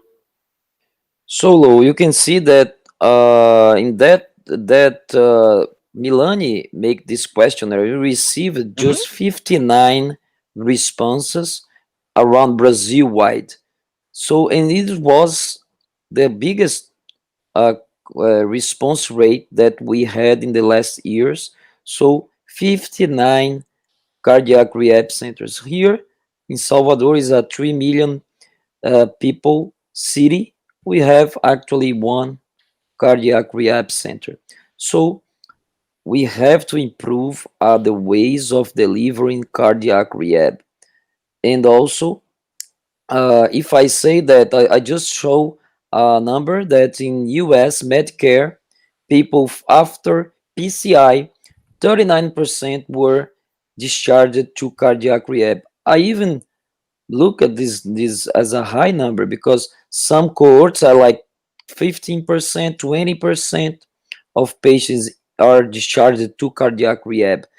If I say that a patient is discharged from a hospital and just 39% are using a statin, everybody will open a big eye, you know? Everybody. But Mhm, if we say that just 39% of patients that make a PCI are in cardiac rehab, it's okay for us. But mhm. if I say, as you said, that just 39% were using aspirin, it will be the news, the first page news in all newspapers around the world, maybe. Yes, your license uh, will Cut. be in problem. Yeah, Yeah, yeah. This is a dichotomical thing that we must take in account when you are talking when we are talking with our colleagues. And something that caught my attention is the following: when we are in our congresses, the audience is crowded by people who already know about this. So we are talking to ourselves. We are bad. We are very bad in advertise cardiac rehab, and yeah, to the government, to the payers, and uh, I am sure, and also okay, Catarina, uh, he he uh, he did something in Florianopolis, and showed to Unimed that to perform cardiac rehab program would be something that will decrease the cost, not only the health, but also the costs for these patients. Okay. for sure. There is a question here from Miguel Cardenas. He says, my cardiac rehab unit unfortunately got closed last May and finally was reopened in September. Thanks God. Therefore, we started to think about new ways to work. What is your advice, Dr. Heath, for rebuild the centers Very, from very zero? good, very good question. I'm. We are in the same situation here. In our center, we closed in March, even though because our team, our physiotherapists, they went to help in the hospital, and we got back on August with some measure, some uh, different ways of delivering. We make, I'll say what we did and what we are doing. Then I think that we can share this experience.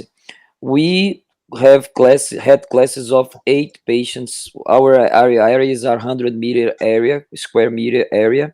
We used to have even 8 patients an hour. Now we have 4 patients, one in each corner. They don't cross each other. Everything is has in to be cleaned up. and there is a big cleaning up in the end of the day, also using even ozonio and other stuff in the that the hospital is using. In our center, we try to use to make the windows open, but it get a lot of sun there. That's not idea. So one idea that we are looking for is the recirculation of the air, some filters that they use. The Another thing is to start the synchronous virtual sessions. We are going to use one of these. Yeah, we're using one of those kind of Zoom or Google Meet or as we are doing here, to make some virtual sessions with the patients. They are going to make some in person and some virtually.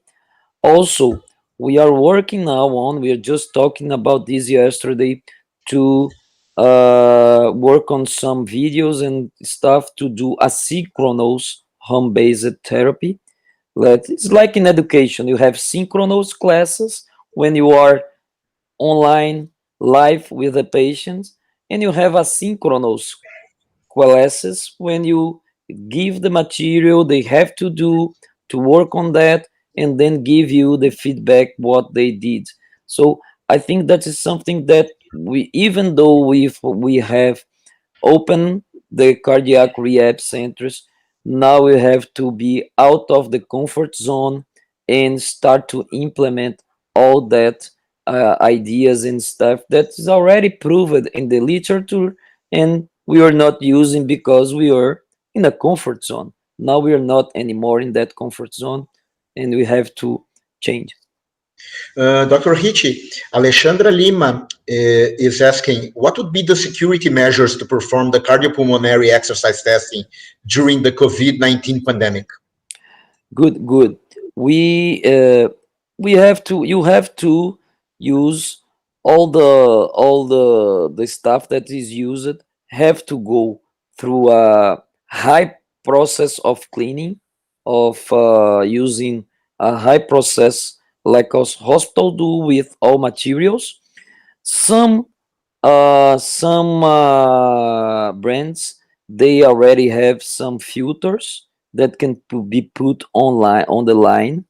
Also, you can refer to our department that just released some advices on that, and for paramentation of the for the staff and for the patient. And one thing that is very important is patient that is coming, not just for cardiopulmonary exercise test, but for any test, they have to use uh, alcohol, 70% alcohol. If they keep with the mask during the most time as he can, and the cleaner of the ergometers and everything. We have to make more space between patients, yeah, and do the exams to those who cannot wait for this. So we have to be more rigorous in the selecting the patients that are going to make exams during a pandemic state. Alexandra, if it permits me, Yeah. I would say that I am sure that I have been done the most accurate and security measure to perform the cardiopulmonary test during the pandemic. I, in my office, decided not to perform exercise testing.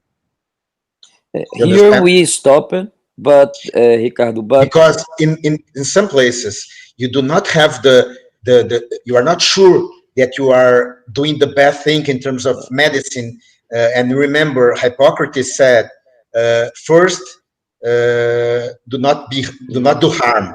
And since in my office I'm not sure that I can perform a cardiopulmonary exercise testing with 100% security, I decided not to do it. So I know that it's important to have this exam, but in some circumstances, you should be, you should be sure enough that you are not able to give the security to you and to the patient as well. I think that during the peak, everybody, most people stopped. We here stopped also. We started back in a like low profile, and before we have to talk with all the infectious disease control of the hospital, and they revealed all the procedures to work on, and but we have to be aware and use just for those who cannot wait too much. I think I'm with you, Ricardo. Okay, there are two questions interesting regarding home-based rehabilitation, and both of them regarding exercise prescription. First, Professor Sandra Fuchs is asking regarding home-based rehabilitation, which is be the minimum number of exercise, and which ones are the most effective ones? Perfect. The exercise would be quite the same that we prescribe in the center-based one, but even in the home-based we can do more because we can put extra. We can create, be more creative, and do some exercise that they deal in the daily life. But the exercise are the first question I ask is what you like to do. This is the first thing I ask to the patient, and someone has asked, "What do you like to do?" Oh, I like to walk. Okay, let's walk in that frequency or in that velocity. I like to ride a bike. Okay, you ride the bike. Oh, I have some uh, uh, uh, uh, I can do some stretching. Okay, so this is something that we can talk with the patient and arrange. Some patient, oh, I have a in my building a swimming pool and I can do some hydrogymnastic there. Okay, then what we have to do is to implement the limits, which are the security limits to these patients. When you are in a center-based rehabilitation, you can go up in that limit. Somebody's Anderson is there. You can even do high-intensive training in the center-based, but you won't do this in the home-based in a cardiac patient. Okay, so the limit and how to set up a limit. You can use Borg scale, you can use heart rate, you can use a cardiopulmonary exercise test, but a moderate exercise won't harm a patient, even if they are a cardiac patient in a home-based model.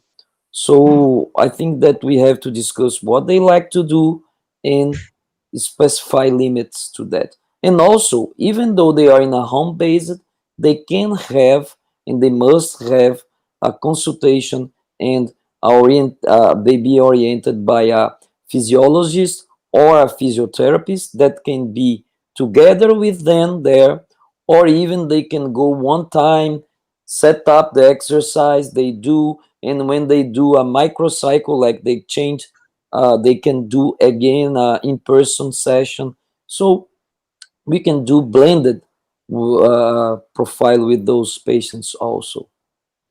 Okay, Alexandra Lima again, she's asking regarding home rehabilitation. Should we prescribe a protocol of moderate intensity due to safety? Uh, and she asked as well, if we are going to prescribe a high intensity protocol, how to ensure unsupervised safety? In home base, I think this is a very good question. Alexandra, how are you? Good to see you here. I think it's Alexandra from Brasilia who's talking, eh? Maybe. Uh, I think that I think no, the guidelines say home-based exercise are to be on moderate, okay, classical exercise. High-intensive exercise were tested in center-based. Anderson made a very beautiful trial just published in GPC in a center-based. The Wislov trial was a center-based trial. SmartX were in center-based. So we are not allowed to do high intensive training yet on patients in a home-based where you are not beside him and you cannot act if they pass if they have suffered some symptom. So home-based is something for moderate, and the improvements are very good. We don't have trials that say that high intensive is so better than moderate intensity trials. So that's okay. Do what we can do with safe and security, and moderate intensity is very good applied for home-based exercise. Very good. We have a question here from Holland, Dr. Thais Beuren. She's asking if you have a patient with a cardiomyopathy, hypertrophic cardiomyopathy in dilated phase, is this patient a good candidate for cardiac rehabilitation, or the mechanism of this disease, exercise could be something bad for the patient? Very good question also, because it's something that people sometimes mess up. What we discuss for myocardial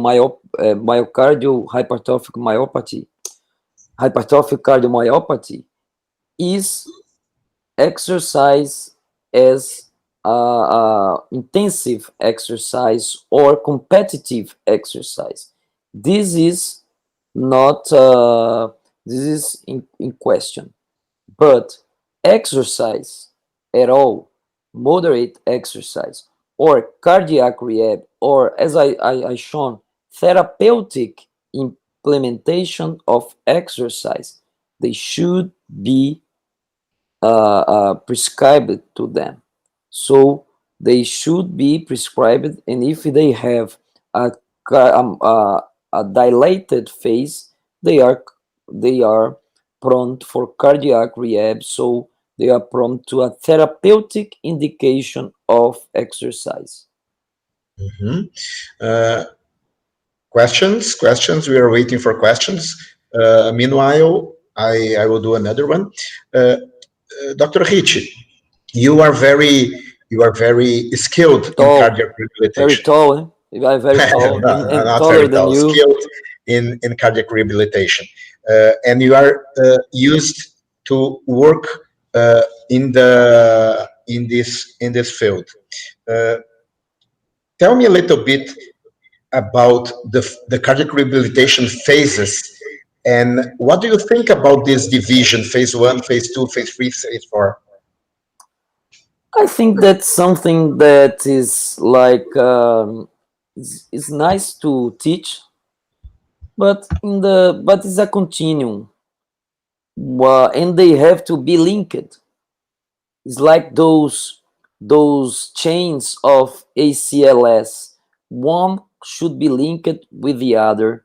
It is nice to teach about rehab, but the concepts are the same in all phases. The difference are maybe the intensity and the need of supervision in each phase. So in phase one is during the hospitalization, you have to do in a less intensity when you use other exercise. Then you go to phase two in the cardiac rehab center, mostly in a supervised way, and you go to three and four using the same exercise but in an outpatient profile and in a more intensity and a lower level of supervision. So I think it's something it's good for teaching, but the concepts are the same behind uh, uh, all the phases. We have just to improve the intensity and individualize the training in each phase and to that patient. Okay, can you hear me? Yes. Yes? Okay. Lucas Dominguez is asking, in a future scenario, home-based exercise program will be an alternative strategy to improve exercise adherence? For sure. I think that's not in the future. I think, as I said, it's in the present future. It's today. We know this data from years ago that it would improve. No, it was there was a low improvement in home-based programs, but now we are faced in a situation that we have to use the home-based as a tool, and the center-based programs we have to adapt and use home-based, I think, in a blended.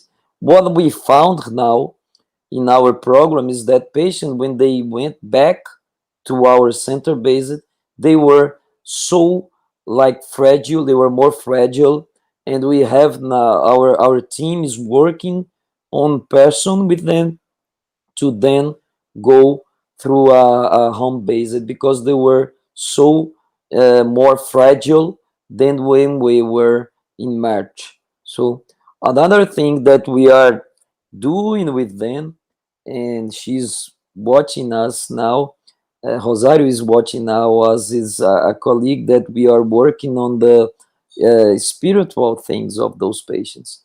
Patients come now from the pandemic so much fragile, not just physically but more mentally also, and we are working on that also during the rehab.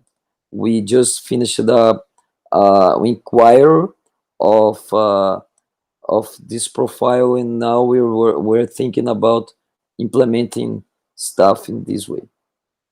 Okay, Jorge Teixeira is asking, for which cardiac condition does exercise have the best number necessary to treat for mortality outcome uh, in terms of meta-analysis of randomized clinical trials? If we look for meta-analysis, we have MOLD's data in coronary artery disease is the one that we have the data for mortality more hard. That's because HF Action, that was the biggest trial with heart failure, with non-CAD patients, heart failure in general patients, was not a big positive result. They have a positive result just in an adjusted analysis. So it takes a little in the power in heart failure at all. But I'm not just look for mortality. I think that we shall look for quality of life and some symptoms and hospitalization. And if we see no trials proved that beta blockers improved mortality on coronary artery disease, and we use beta blockers for patients to treat angina. We don't. We also use channel calcium channel blockers for those patients, and no mortality was proved to. So I think that I am with Professor Astrand that said like 30 years ago that this the proof of mortality gain with exercise would take more than 100 years, and he couldn't wait too much and decide to exercise that time. We have one more question, and then we will go to the other lecturer. Miguel Cardenas is asking how to ensure safety of patients with lower ejection fraction in remote cardiac rehabilitation sessions. People are very interested in safety and remote cardiac rehabilitation. Perfect. First, we have to please. We have to do a very good evaluate very nicely this patient with exercise test, echo, see if he do or not arrhythmias. But HF Action was a trial with a blended profile. They make center-based for 3 months, and then he made home-based for up to a year. And even those patients who are with low ejection fraction in using cardiac defibrillators in the home-based phase, there were no problems. So you have to do a good triage and prescribe individually the exercise to this patient, and they are okay. If they don't fall their systolic pressure during the exercise, they will be okay. Okay, we are ready to an interval. I would like to thank you very much, Richie, Claudio Gil, and you. You gave us an amazing lectures. You showed your expertise, and also you had a lot of time, 30 minutes, also to answer our questions. And we realized that you are a real small teacher. Thank you very much for your help and for being with us Thank you. tonight. Okay, Okay, thank you. thank you very much. Thank you, and congrats for all this symposium. Thank you very Oh, much. by the way, I need to. We have 3 more minutes. They are pointing me out about this. Can you tell us a little bit? Uh, uh, what do you think will be the future of cardiac rehabilitation? I think the future is center-based will remain. We're gonna use more home-based, but as we have now gadgets and the use of the M Health to uh, to mitigate this like this fear we have to don't know what is happening when they are in home, we can use the telemonitoring to mitigate this fear we have. And I think this is something that is gonna to be more used. Everybody knows, most people has a smartphone or a watch that do features like heart rate. It's not so costly today, so we're gonna use more and more this stuff in the home based, but the center based will remain, and maybe I think in a blended fashion. People come in the center based and do some sessions in the home based, and then we can keep them after in home based monitoring with telemedicine. Telemedicine now is not so costly as it were years ago. Another thing, sorry, Ricardo, is It's that okay. people is more prone to use those technology. It's something that is so the digital literacy of patients. Most patients, even the older ones, they use technology now, so it's not be a big issue in this next years. Okay, Hichi, thank you very Thank you much. very much. And now, in a few minutes, we'll move on to the next lecture. Dr. Anderson Daneri da Silveira is almost ready. And just a minute and we will be back. Okay? Thank you Thank very much, you. Hichi. Thank you.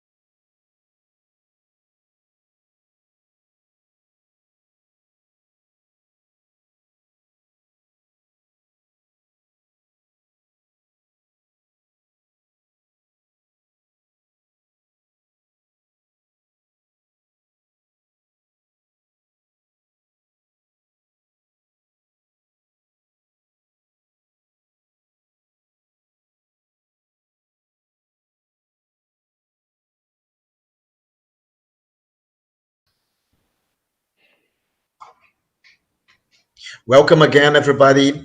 Let's move to the last lecture of the night, here in Brazil night. And now we have our junior member of the faculty. His name is Anderson Doneri da Silveira.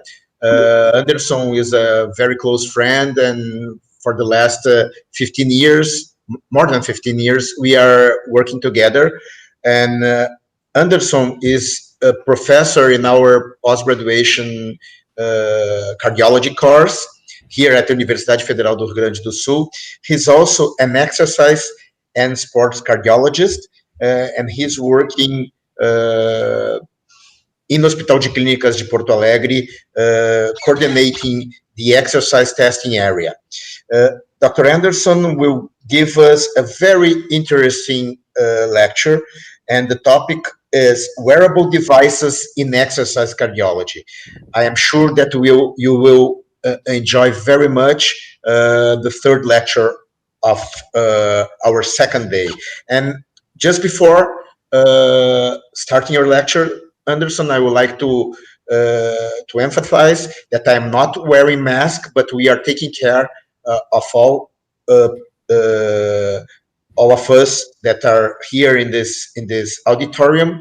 They are far from me, and all of them are wearing masks. Okay, Dr. Anderson, be my guest, and the microphone is with you right now.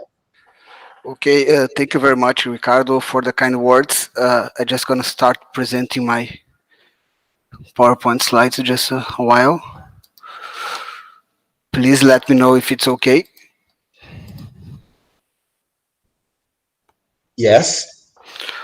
Fantastic. Are you seeing the title page? It's okay? Yes, Anderson. Okay, so let's gonna start. So good evening to everybody.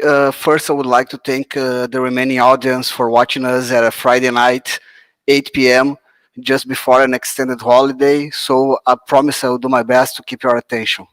And for somebody who had already opened a beer, cheers and enjoy this good presentation. Secondly, I would like to thank Ricardo for this amazing opportunity.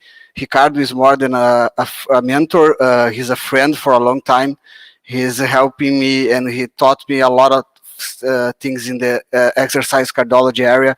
So I'm really, really glad to have this amazing opportunity. And I must confess that I'm really a little bit nervous to talk among this such team of experts in our field. So I'm going to try to keep the pressure and maintain the outstanding quality of our lecture so far. So tonight, you're going to talk a little bit about wearable technology. Wearables, or smartwear are electronic devices with microprocessors that can be used as clothing or accessories. They are usually worn close to the surface of the skin, and they can detect, analyze, and transmit information concerning body signals, vital signs, and allowing to immediate feedback to the people who is wearing this device. So it's a big market today. It's expected that more than billions of dollars each year is expended in wearables, and more than 6-7 million people will use a wearable in the US by 2022. 50% of these people, of the consumers, really want to track their cardiac health, and survey 68% of the doctors intend to use wearables for patient monitoring. And by now, we can say there is more than 1,000 trials conducted using a wearable device and evaluating these in clinical settings. So it's interesting for the regular consumer, for daily health tracking, for prediction and prevention of future cardiovascular disease. It's useful also for the patient and the physician to enhance patient and physician relationship, helping accurate diagnosis, helping to increase medication adherence, and to collect useful data about the patient's health. And also, it's very useful in the research setting, facilitating large-scale recruitment, improving participant engagement in the research, and reducing sometimes the financial burden. So for the next 30 minutes, I wanna like to invite you, ladies and gentlemen, to learn a little bit about these new and revolutionary devices. and getting into the DeLorean with me and Doc, joining this travel back to the future. So tonight we'll talk about biosensors and the arrhythmia detection devices. We're also going to talk a little bit about exercise monitors and mobile health. I'm going to tell you a little bit about a novelty that are smart shoes. And lastly, we're going to think a little bit outside the box and show you some new ideas for the future. So let's start with the biosensors.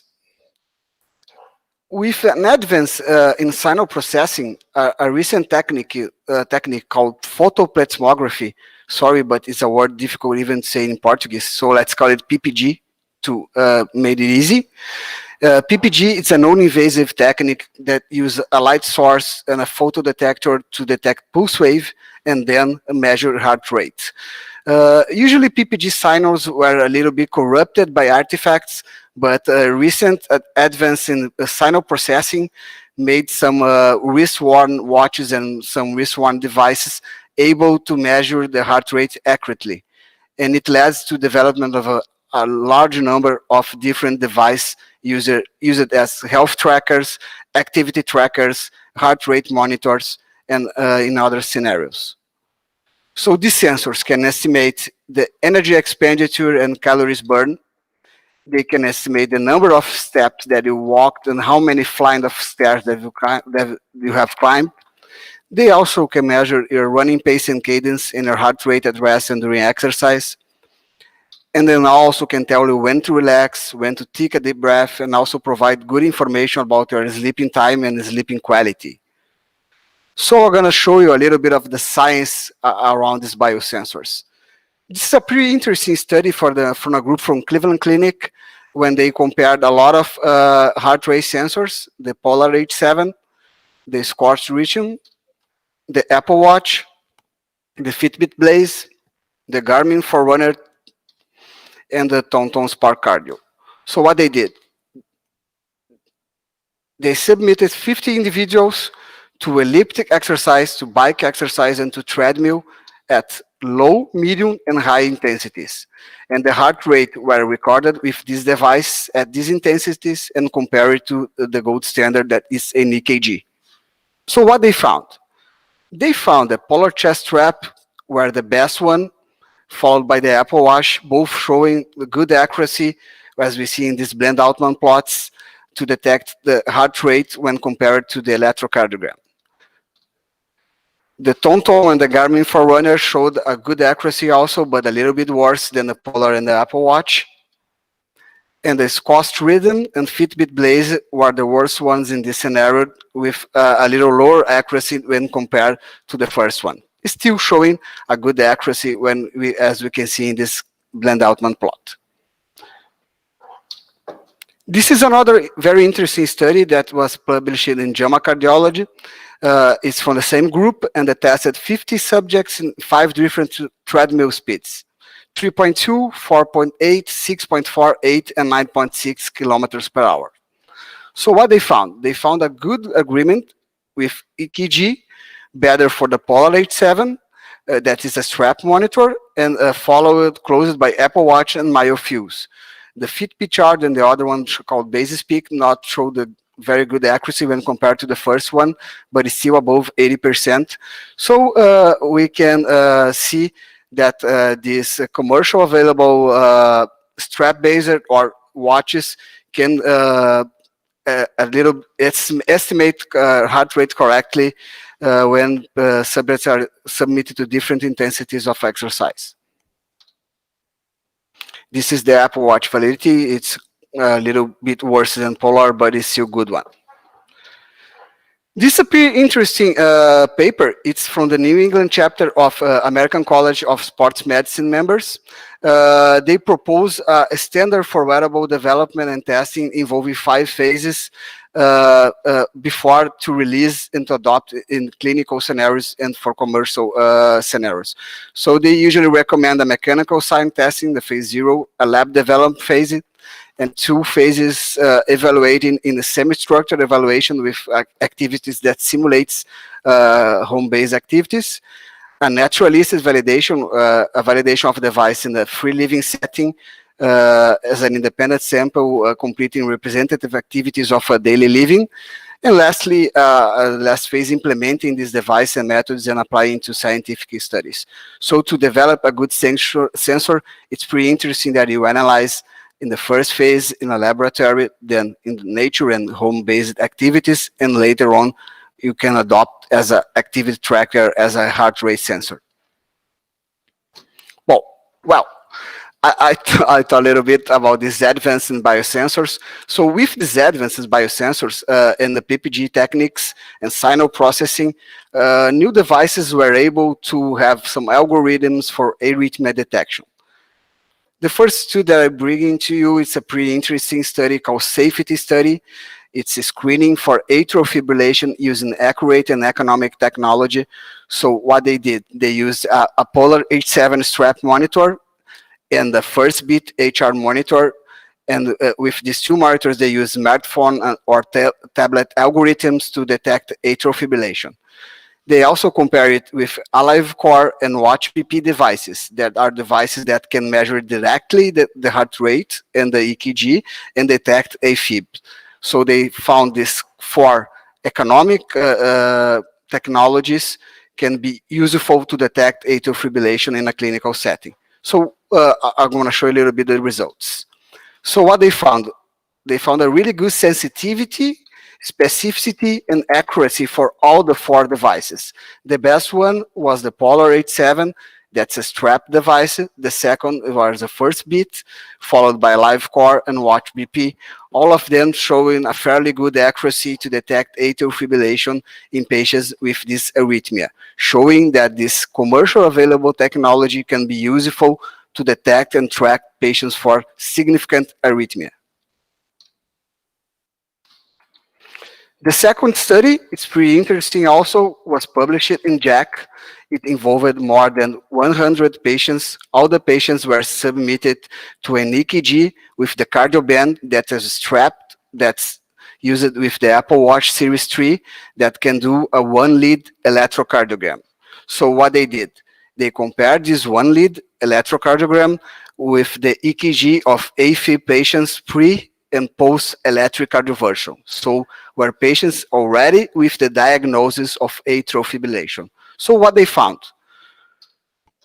They found when they are using only the app algorithm, only 66% of the results were interpretable. But when they are interpretable, they found a 93% sensitivity and an 84% specificity for the diagnosis of atrial fibrillation. When we use a physician to review these recordings labeled as unclassified by the app, they could interpret 100% of the results, showing a pretty good sensitivity and an 80% specificity. So what we can see is this smart band used with the Apple Watch Series 3 can detect AFib with a really good accuracy when used at the algorithm and the physician evaluation the recordings labeled as unclassified. Next, I'm going to bring you the Apple Heart study. It's a pretty famous study that was published in New England in the last year, in November 2019. It enrolled 420,000 patients, almost 25,000 patients above 65 years old in the whole United States. The data collection started in 2017 and finished just last year. So what they did, they created a regular post notification algorithm. What is this algorithm? This algorithm is made by a tachogram with periodic opportunistic measurements of heart rate. And when a irregular heart rate were found, a positive trigger were recorded. When the patient have 5 confirmations of irregular activity of pulse wave analysis, they received a notification of irregular rhythm that could suggest the presence of the atrial fibrillation. So what they did, when these irregular rhythms were identified, they connected to a telehealth doctor for a consultation and then mailed the patient an EKG path so they can confirm or refute the diagnosis of atrial fibrillation. And after that, they discuss the heart results with the physician, the telehealth doctor. So the study primary endpoints were AFib more than 30 seconds on EKG patch in people with more than 65 years, and simultaneous AFib on the EKG path and a patch and the individual tachogram. The secondary endpoints were self-reported contact with healthcare provider and simultaneous AFib on ECG with the notification of irregular pulse. So what they found? They have received just 0.52% of irregular pulse notifications of these 420,000 patients. So it's a little bit a small quantity of notifications when you compare the whole with the whole sample. And the overall cohort were followed by 8 months. So when the irregular pulse notifications were made, they measured the positive predictive value for these irregular tachograms and for these irregular pulse notifications, and what they found. They found, when compared irregular tachograms with the EKG, they found a positive predictive value of 0.71% for the AFib. And when they used the irregular pulse notifications that required at least 5 irregular pulse notifications suggestive of AF, they had a 84% of positive predictive value for the AFib detection. So it's the first large-scale study using a commercial available technology to detect atrial fibrillation that show a little bit of diagnosis of this disease in the asymptomatic patients, showing that the wearable technology can be used in future to detect these patients with AFib and to contact the doctors to receive the adequate treatment. Interestingly, in this paper that's authored by one of these first-year cardiology fellows called Andre, with the group of Harvard University, and they evaluated trends in the diagnosis of atrial fibrillation after the release of the EKG-capable smartwatch. That's the Apple EKG app release.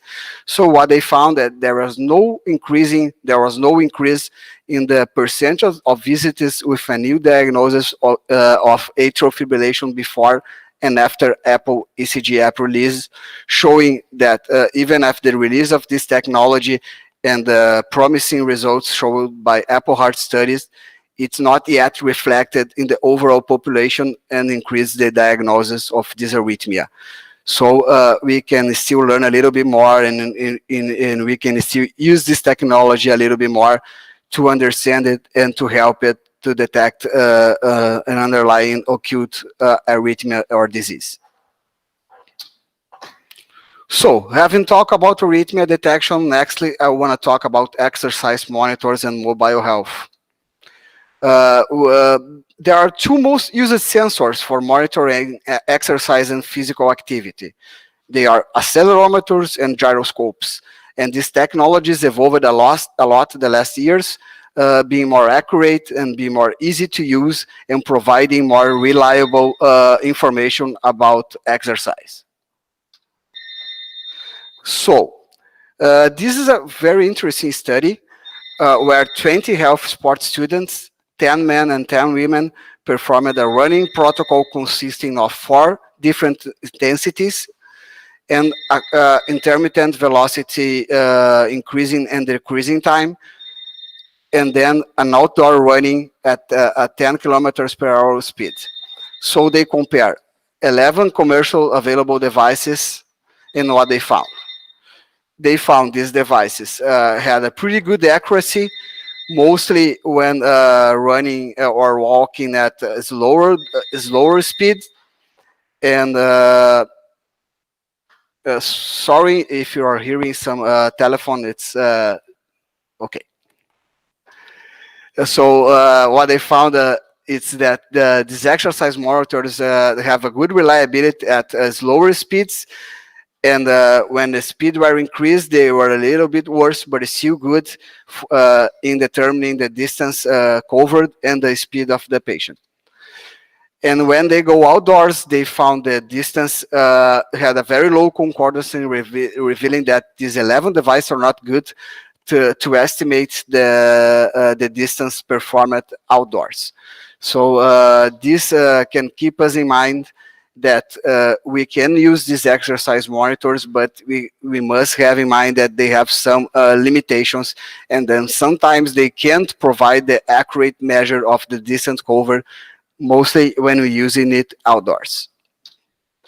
This other student is a pretty interesting student. It's a random effects meta-analysis that was performed to evaluate the difference in energy expenditure estimates between activity monitors and criteria measurements. So it involved almost 2,000 subjects, 64 studies, and 33 devices. And what they found is that the overall results showed a large and significant heterogeneity for the many of the device, more than 75%. And they found also the research grade devices, the ones that are validated with research, were statistically more accurate for comparisons of total calories burned and total energy expenditure. So we also have to keep in mind that when you are choosing a wearable device, we have to know that the energy expenditure and the calorie measurement cannot be reliable every time. And if you have to choose one device, I really recommend you to go to the literature and find some devices that have evidence and that have research testing it and providing reliable information. Otherwise, you're gonna take some mistaken information and use some mistaken data to estimate your calories burned and energy expenditure.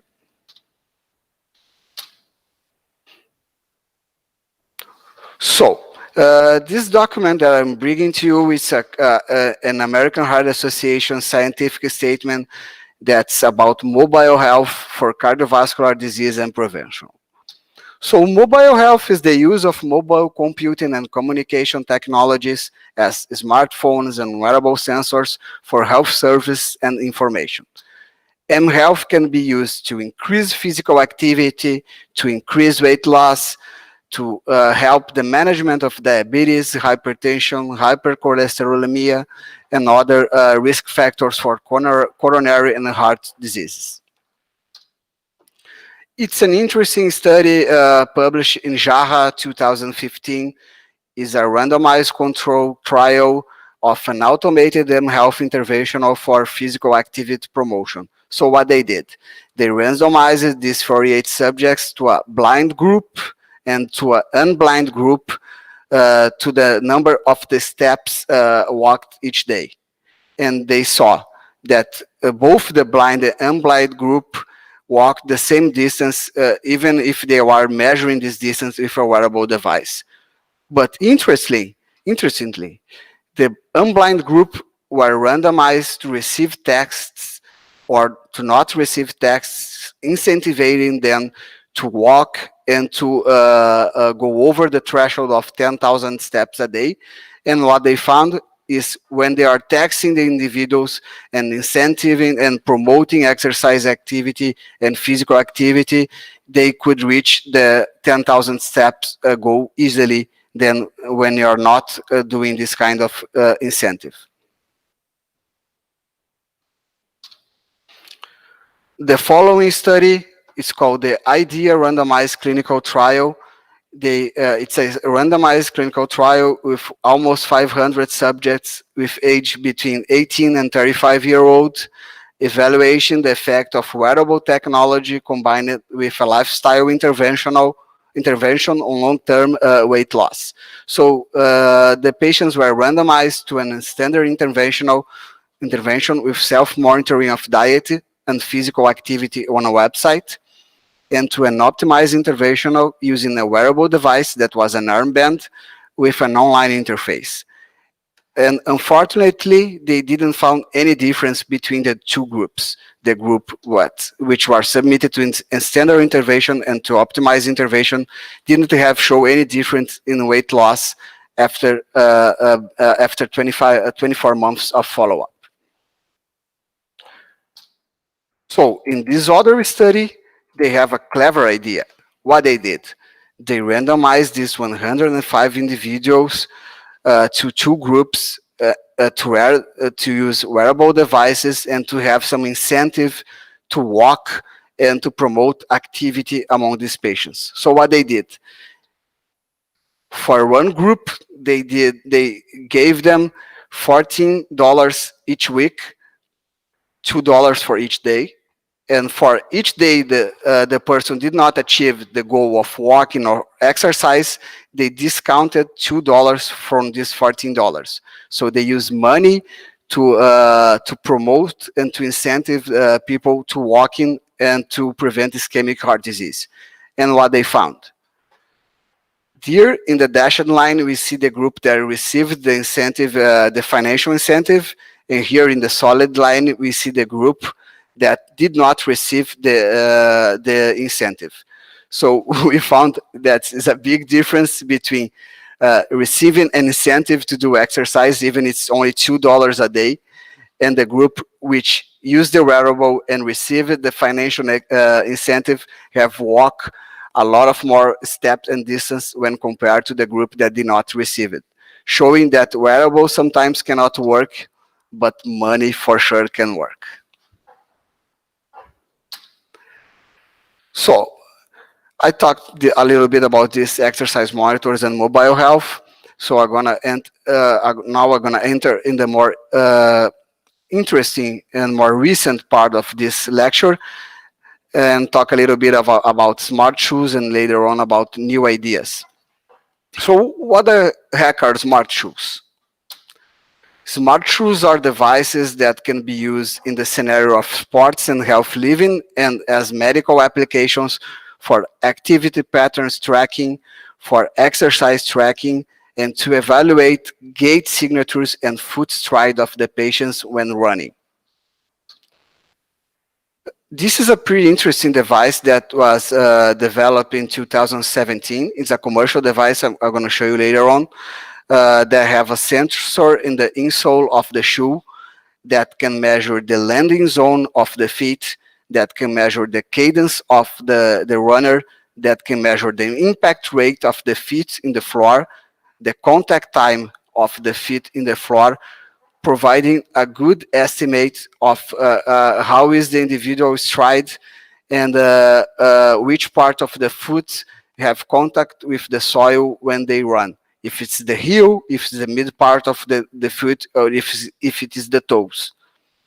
So they found a pretty good reliability, mostly a good precision for the ones who have the heel takeoff and the heel stride when compared to biomechanical analysis, and a little fairly worse precision when compared to the mid and the toes strides. This is a commercial available device. It's called Ultra Taurine IQ, and it costs around 160 pounds. That's nowadays I think is more than 1,000 reais. This one is Chinese technology. It's a cheap technology that is developed using just a regular pair of shoes and a sensor that is put on the shoe front side and the lateral side and in the heel, and it can provide a good information about how is the individual stride and step and which part of the foot make contact with the soil when they are running. And with this 3-point measurement device, they found a pretty good precision for all the different kind of steps and strides when comparing this smart shoe with motion capture. So they compare a cinematic capture of the movement with the information provided by the smart shoe, and they found a pretty good reliability in all these different scenarios, showing that probably in the future we're going to have some sensors that can be used adequately in this scenario, and biomechanical analysis will be outdated.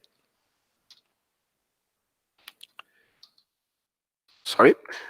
This is another commercial device. It's an insole that's available for purchasing, but I found almost no scientific validation so far.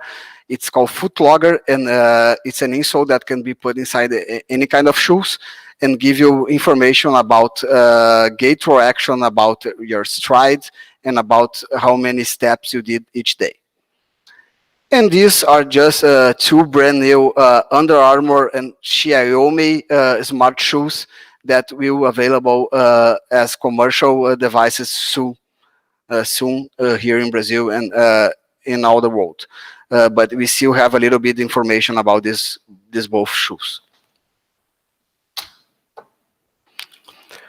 Now we're going to the last part of this lecture, and I want to invite you to think a little bit outside the box and see how can many new ideas can help us to develop some interesting new devices and new interesting wearable devices. The first one is a cuffless blood pressure monitor. It was tested and published in JACC Translational Science 3 years ago, and they are compared to the auditory and oscillometric measures, showing a pretty good reliability for measuring the blood pressure just using a photo sign, using photoplethysmography or PPG.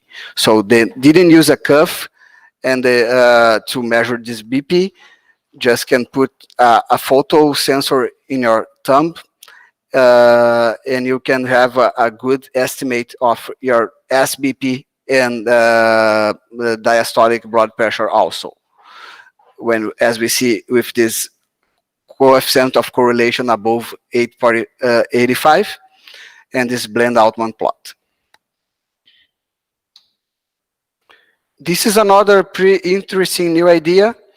It's a wearable called seismocardiography. It's a signal that represents the vibration, like an earthquake, of the chest wall in response to movement of their heart and the blood after each heartbeat. SCG, or seismocardiography, is measured using a miniature 3-axis accelerometer that is typically positioned on the mid-sternum of the patient and can record more than 50 hours of continuous recording. And they use in this study a machine learning algorithm to detect some different clinical states. So what they did, they included patients with compensated and decompensated heart failure, and they fitted this wearable patch at rest, at 6-minute walking test, and later on after recovery. And they use the frequency domain Fourier transform to the extraction of this data and graph similarity score to identify those subjects which were decompensated and differentiating them from the patients with compensated heart failure. And what they found in this study, that this device called SCG can provide some good information and differentiates using this graph similarity score patients with compensated and decompensated heart failure with a pretty good accuracy.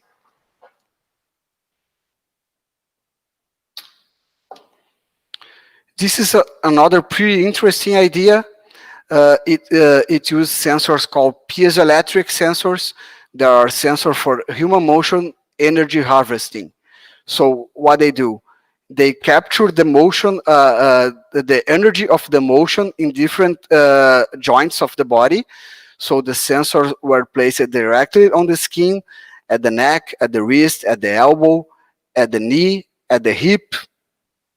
And they found in this study that the knee motion generates more energy. So this can be a future power source for all the wearable devices. You can imagine that you can put a sensor on your knee and go outside for running and later on recharge your cell phone. And this one is a little bit more mind-blowing than the first one. It's an hybridized electromagnetic nanogenerator for scavenging biomechanical energy. So what they do, they put this nanogenerator in the insole of a shoe at the heel part. They connect it to a lithium battery and to a capacitor. And when you are running, all the energy that you are producing and you are submitting, this sensor can be harvested and stored in this battery. So this is pretty amazing, isn't it? We can imagine like a future when you go out for a run and you can recharge all your gadgets, or maybe you can go out for a marathon and recharge your laptop. So you can use the energy generated from your motion in your shoes to provide a battery to recharge your own gadgets. So we can have a pedometer or an accelerometer just inside your shoes that don't need to any outside energy. It's self-sustainable with the energy that's produced with your running.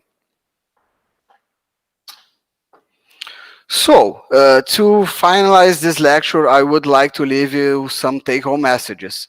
So these are the messages: are the increasing use of wearable in our society, and with nowadays improving in signal quality, we need further validation of these sensors and then these commercial sensors and good and well-designed scientific studies.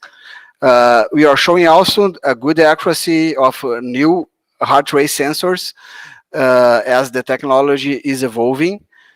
We are finding some pretty interesting results using wearable to encourage physical activity and sometimes weight loss. And we have some pretty promising data on detection of arrhythmias or any cardiac disturbances using wearable technology. So there are many promising future ideas, but lack of well-designed studies to validate.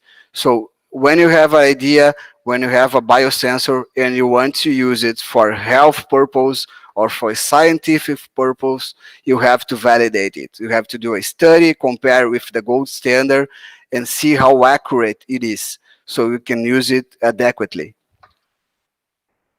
And is useful to validate as a health tool, as I spoke before. So we can see some future perspectives about cost reduction and popularization of these technologies with large-scale data from wearables in general population, with artificial intelligence and machine learning algorithms for more accurate data extraction and analysis. And we can see the wearables as a potential diagnostic tool for some heart rhythm disturbances and pre-hospital detection of life-threatening arrhythmias. I would like to thank you very much for this opportunity. Muito obrigado. And I really hope I have blown your mind with this lecture. Thank you very much and good evening.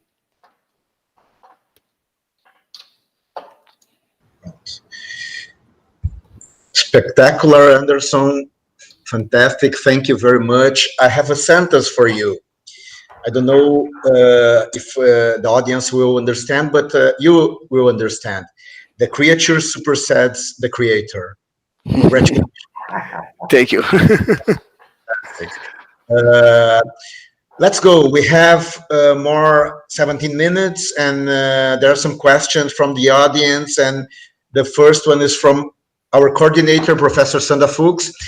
She would like to know about the ability of patients on learning how to use an Apple Watch, for instance. This is a very interesting question. What do you think about this? The learning process of the wearables. I think this learning process involves more than patients, involve us as physicians also. So the patient have to learn how to use the device properly, and we as physicians, we have to learn how to interpret the data that is provided for these devices. So here in Brazil, we have a really big gap in a social gap. So for the most of the population, these technologies are not available, unfortunately. So for the people who use this technology, these people need to be instructed by their physicians and their cardiologists how to use it properly and how to do correct records. So we cannot take noise or some mistaken measurements as arrhythmias or as an neutral response to the measurement that they are doing. Anderson, Alexandra Lima, she has two questions. The first one is related to the isolation imposed by the COVID-19 pandemic and the increased episodes of anxiety and so on. What do you think about the use of monitors? If these monitors can increase, the monitors per se can increase anxiety, or they will help in monitoring arrhythmias. What do you think about this? Is it a sword with two edges? Yeah, probably if you are not aware of the kind of measurements that you are doing, sometimes you can be worried about a sign that is normal. So when you are at home and oh, I want to see how is my heart rate, and sometimes you find that your heart rate is 90 or 95, and you don't have the information, and you think it's too high, and you start becoming nervous. So yes, it can be tricky because if people don't know about their vital signs correctly, they can mistaken some information and think they have some kind of pathology when they don't have any. But thinking about the other side, and I am using a smartwatch right now, and I think it's pretty useful for my daily activity. So if you are tracking your activity when you are home, you can see now with this lockdown that if you don't go outside your home or outside your apartment, you walk too little. You walk less than 1 kilometer per day, less than 1,000 steps. So when you use a device and you are at home, and by the end of the day, you can see in your device that you have walked less than 1 kilometer, 800 meters, and you gave less than 1,000 steps in a whole day, maybe this can serve as an incentive to make you walk a little bit more, or maybe to go outside with a mask, of course, and do some exercise. So I think in this in this moment that we are living now in the pandemic, we can use these activity trackers and we can use these smartwatches as a tool to promote and to increase physical activity, showing people how inactive we stay when you are staying at home. Mm-hmm. So you should use the smartwatches in a smart way, Yeah. isn't it? Yeah. Yeah. Okay.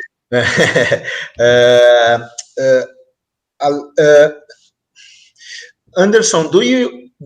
Rich is asking, do you already use a smartwatch for AFib detection in your patients?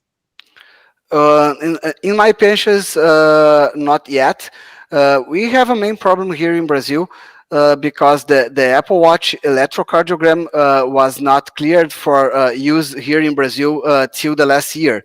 So the Apple Watch until Series 4, if you want to do a 1 lead electrocardiogram, you have to purchase outside of Brazil and validate it outside, and then come into our country to use it as an EKG.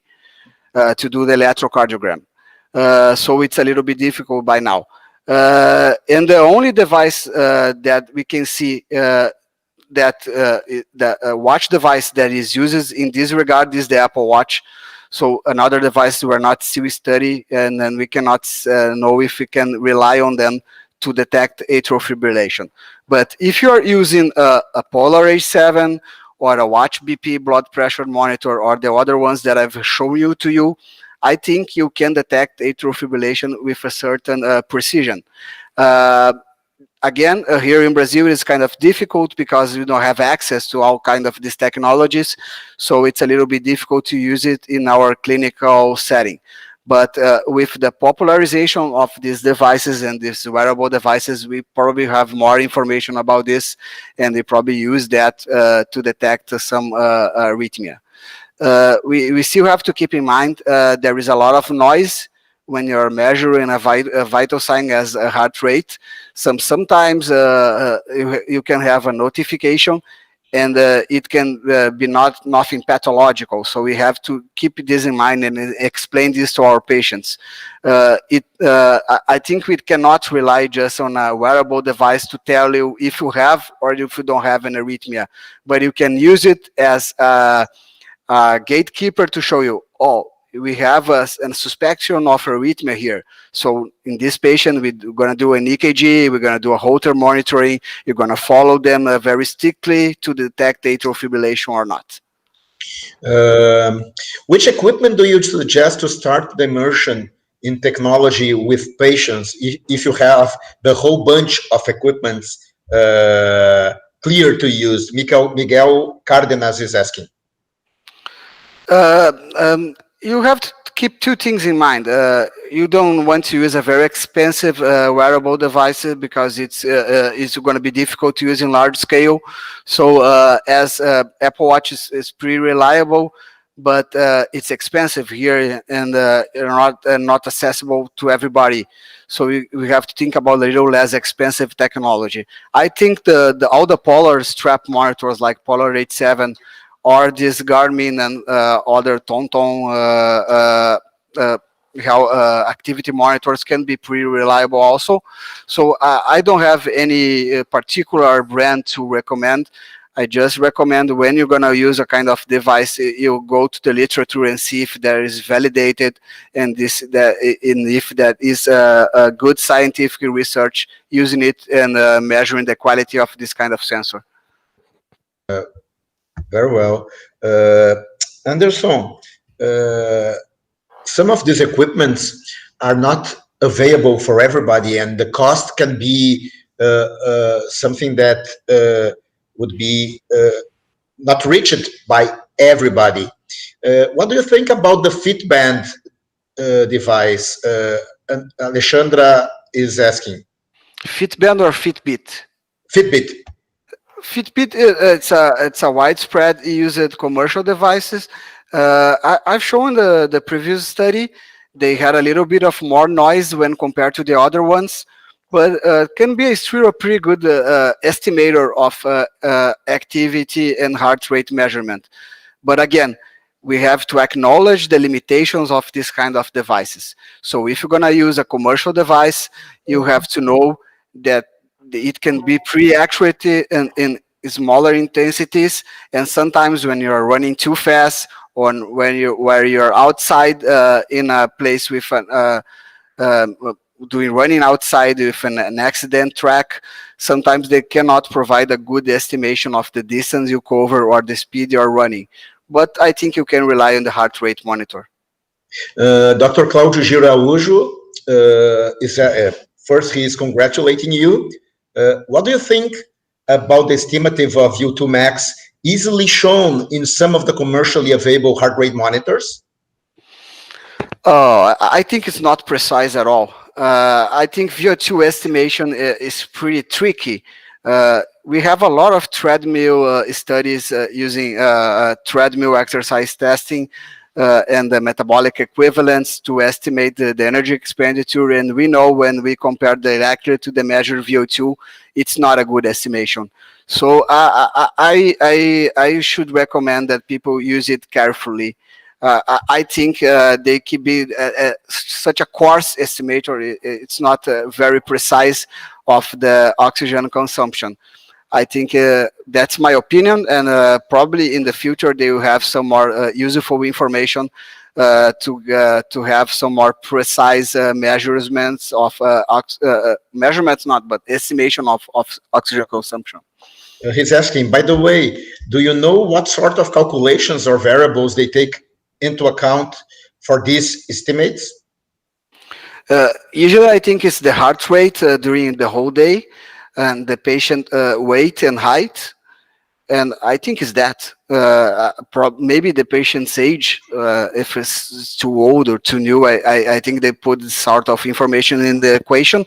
But that's the reason I think they are not precise. Because they are using just heart rate information and some anthropometric information to estimate a measure that's very individual.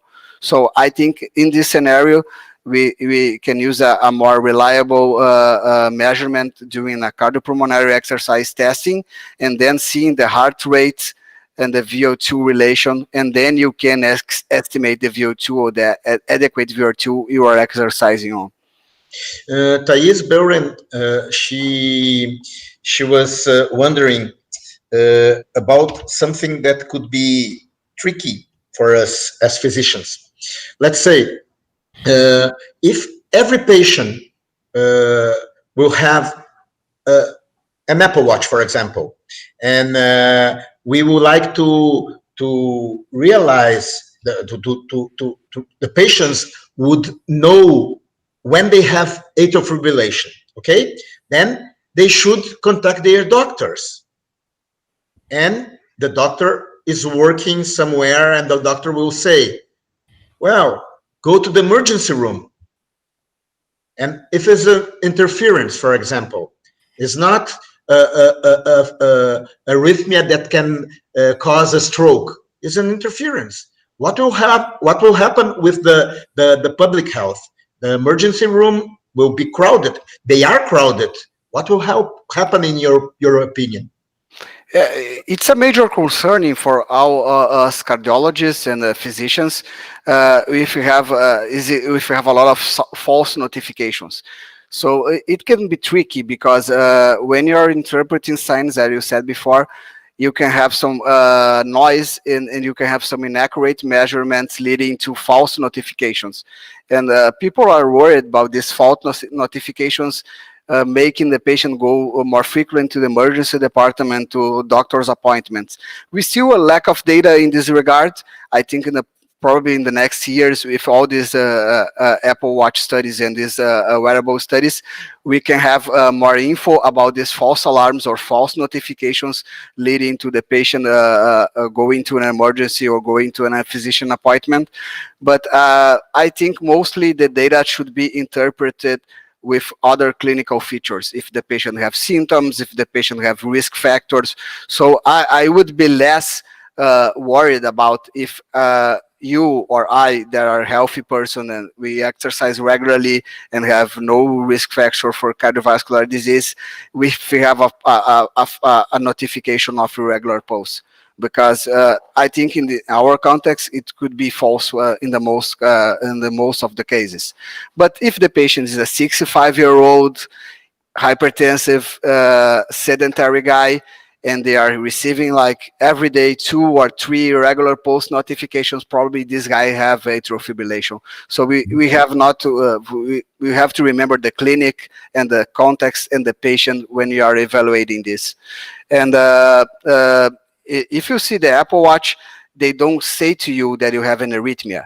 They just say to you that you have irregular pulse and that you should show your EKG or show your heart rhythm strip to your doctor.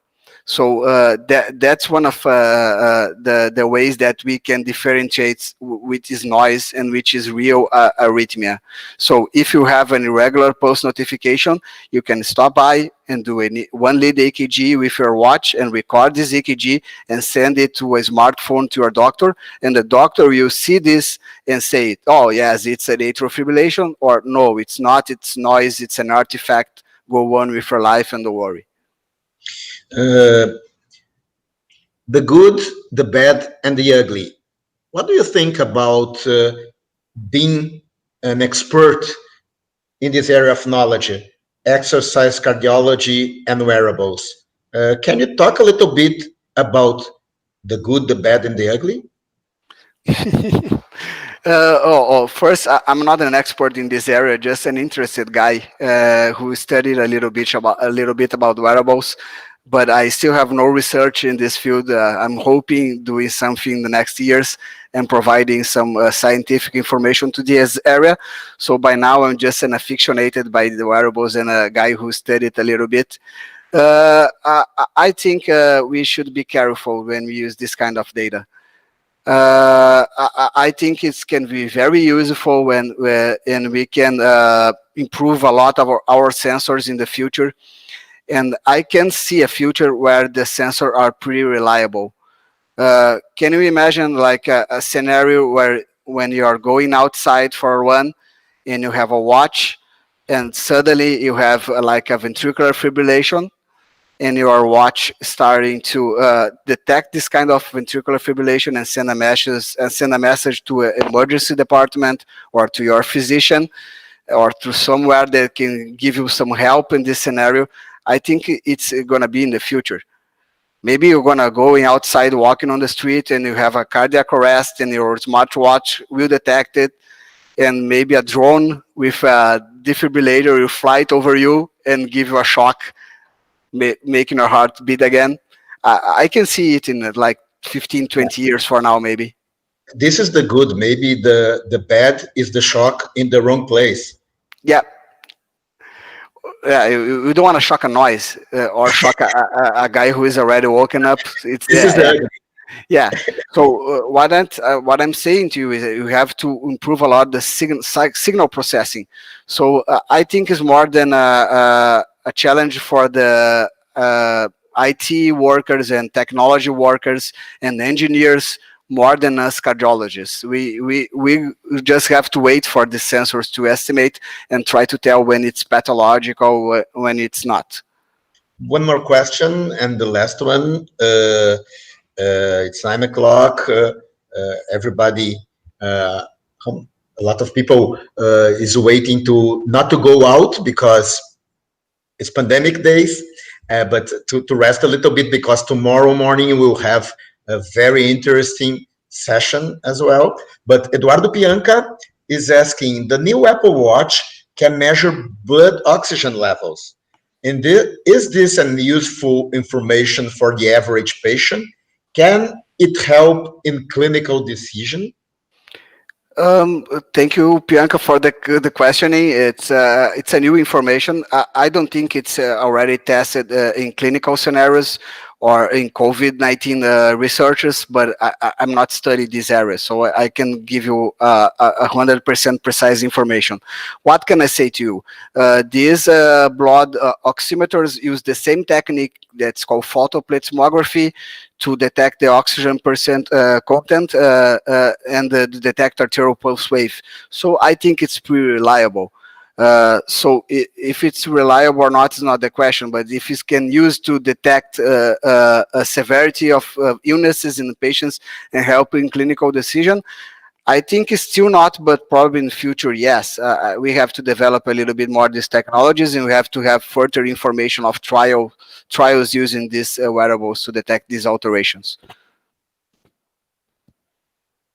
Okay. Anderson, thank you very much. I think we had a very, very profitable evening here in Brazil. Claudio Gil, Luiz Eduardo Ricci, and yourself, you gave us a lot of very interesting information. Claudio Gil made a trip over his trajectory.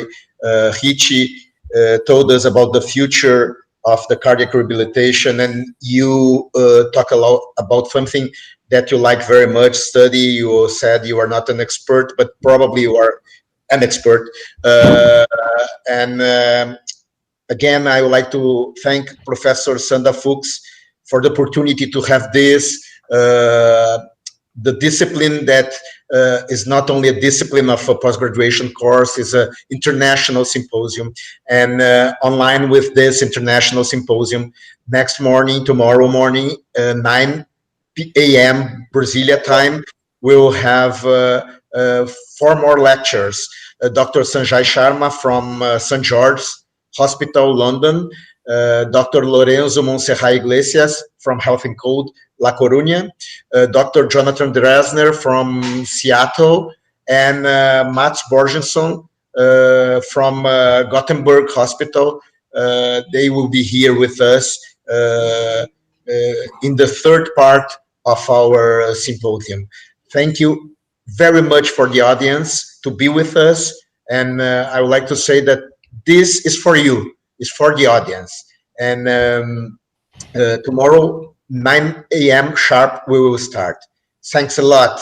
Thank you, Anderson, Claudio, and Ricci. Thank you, everybody. Good evening. Bye.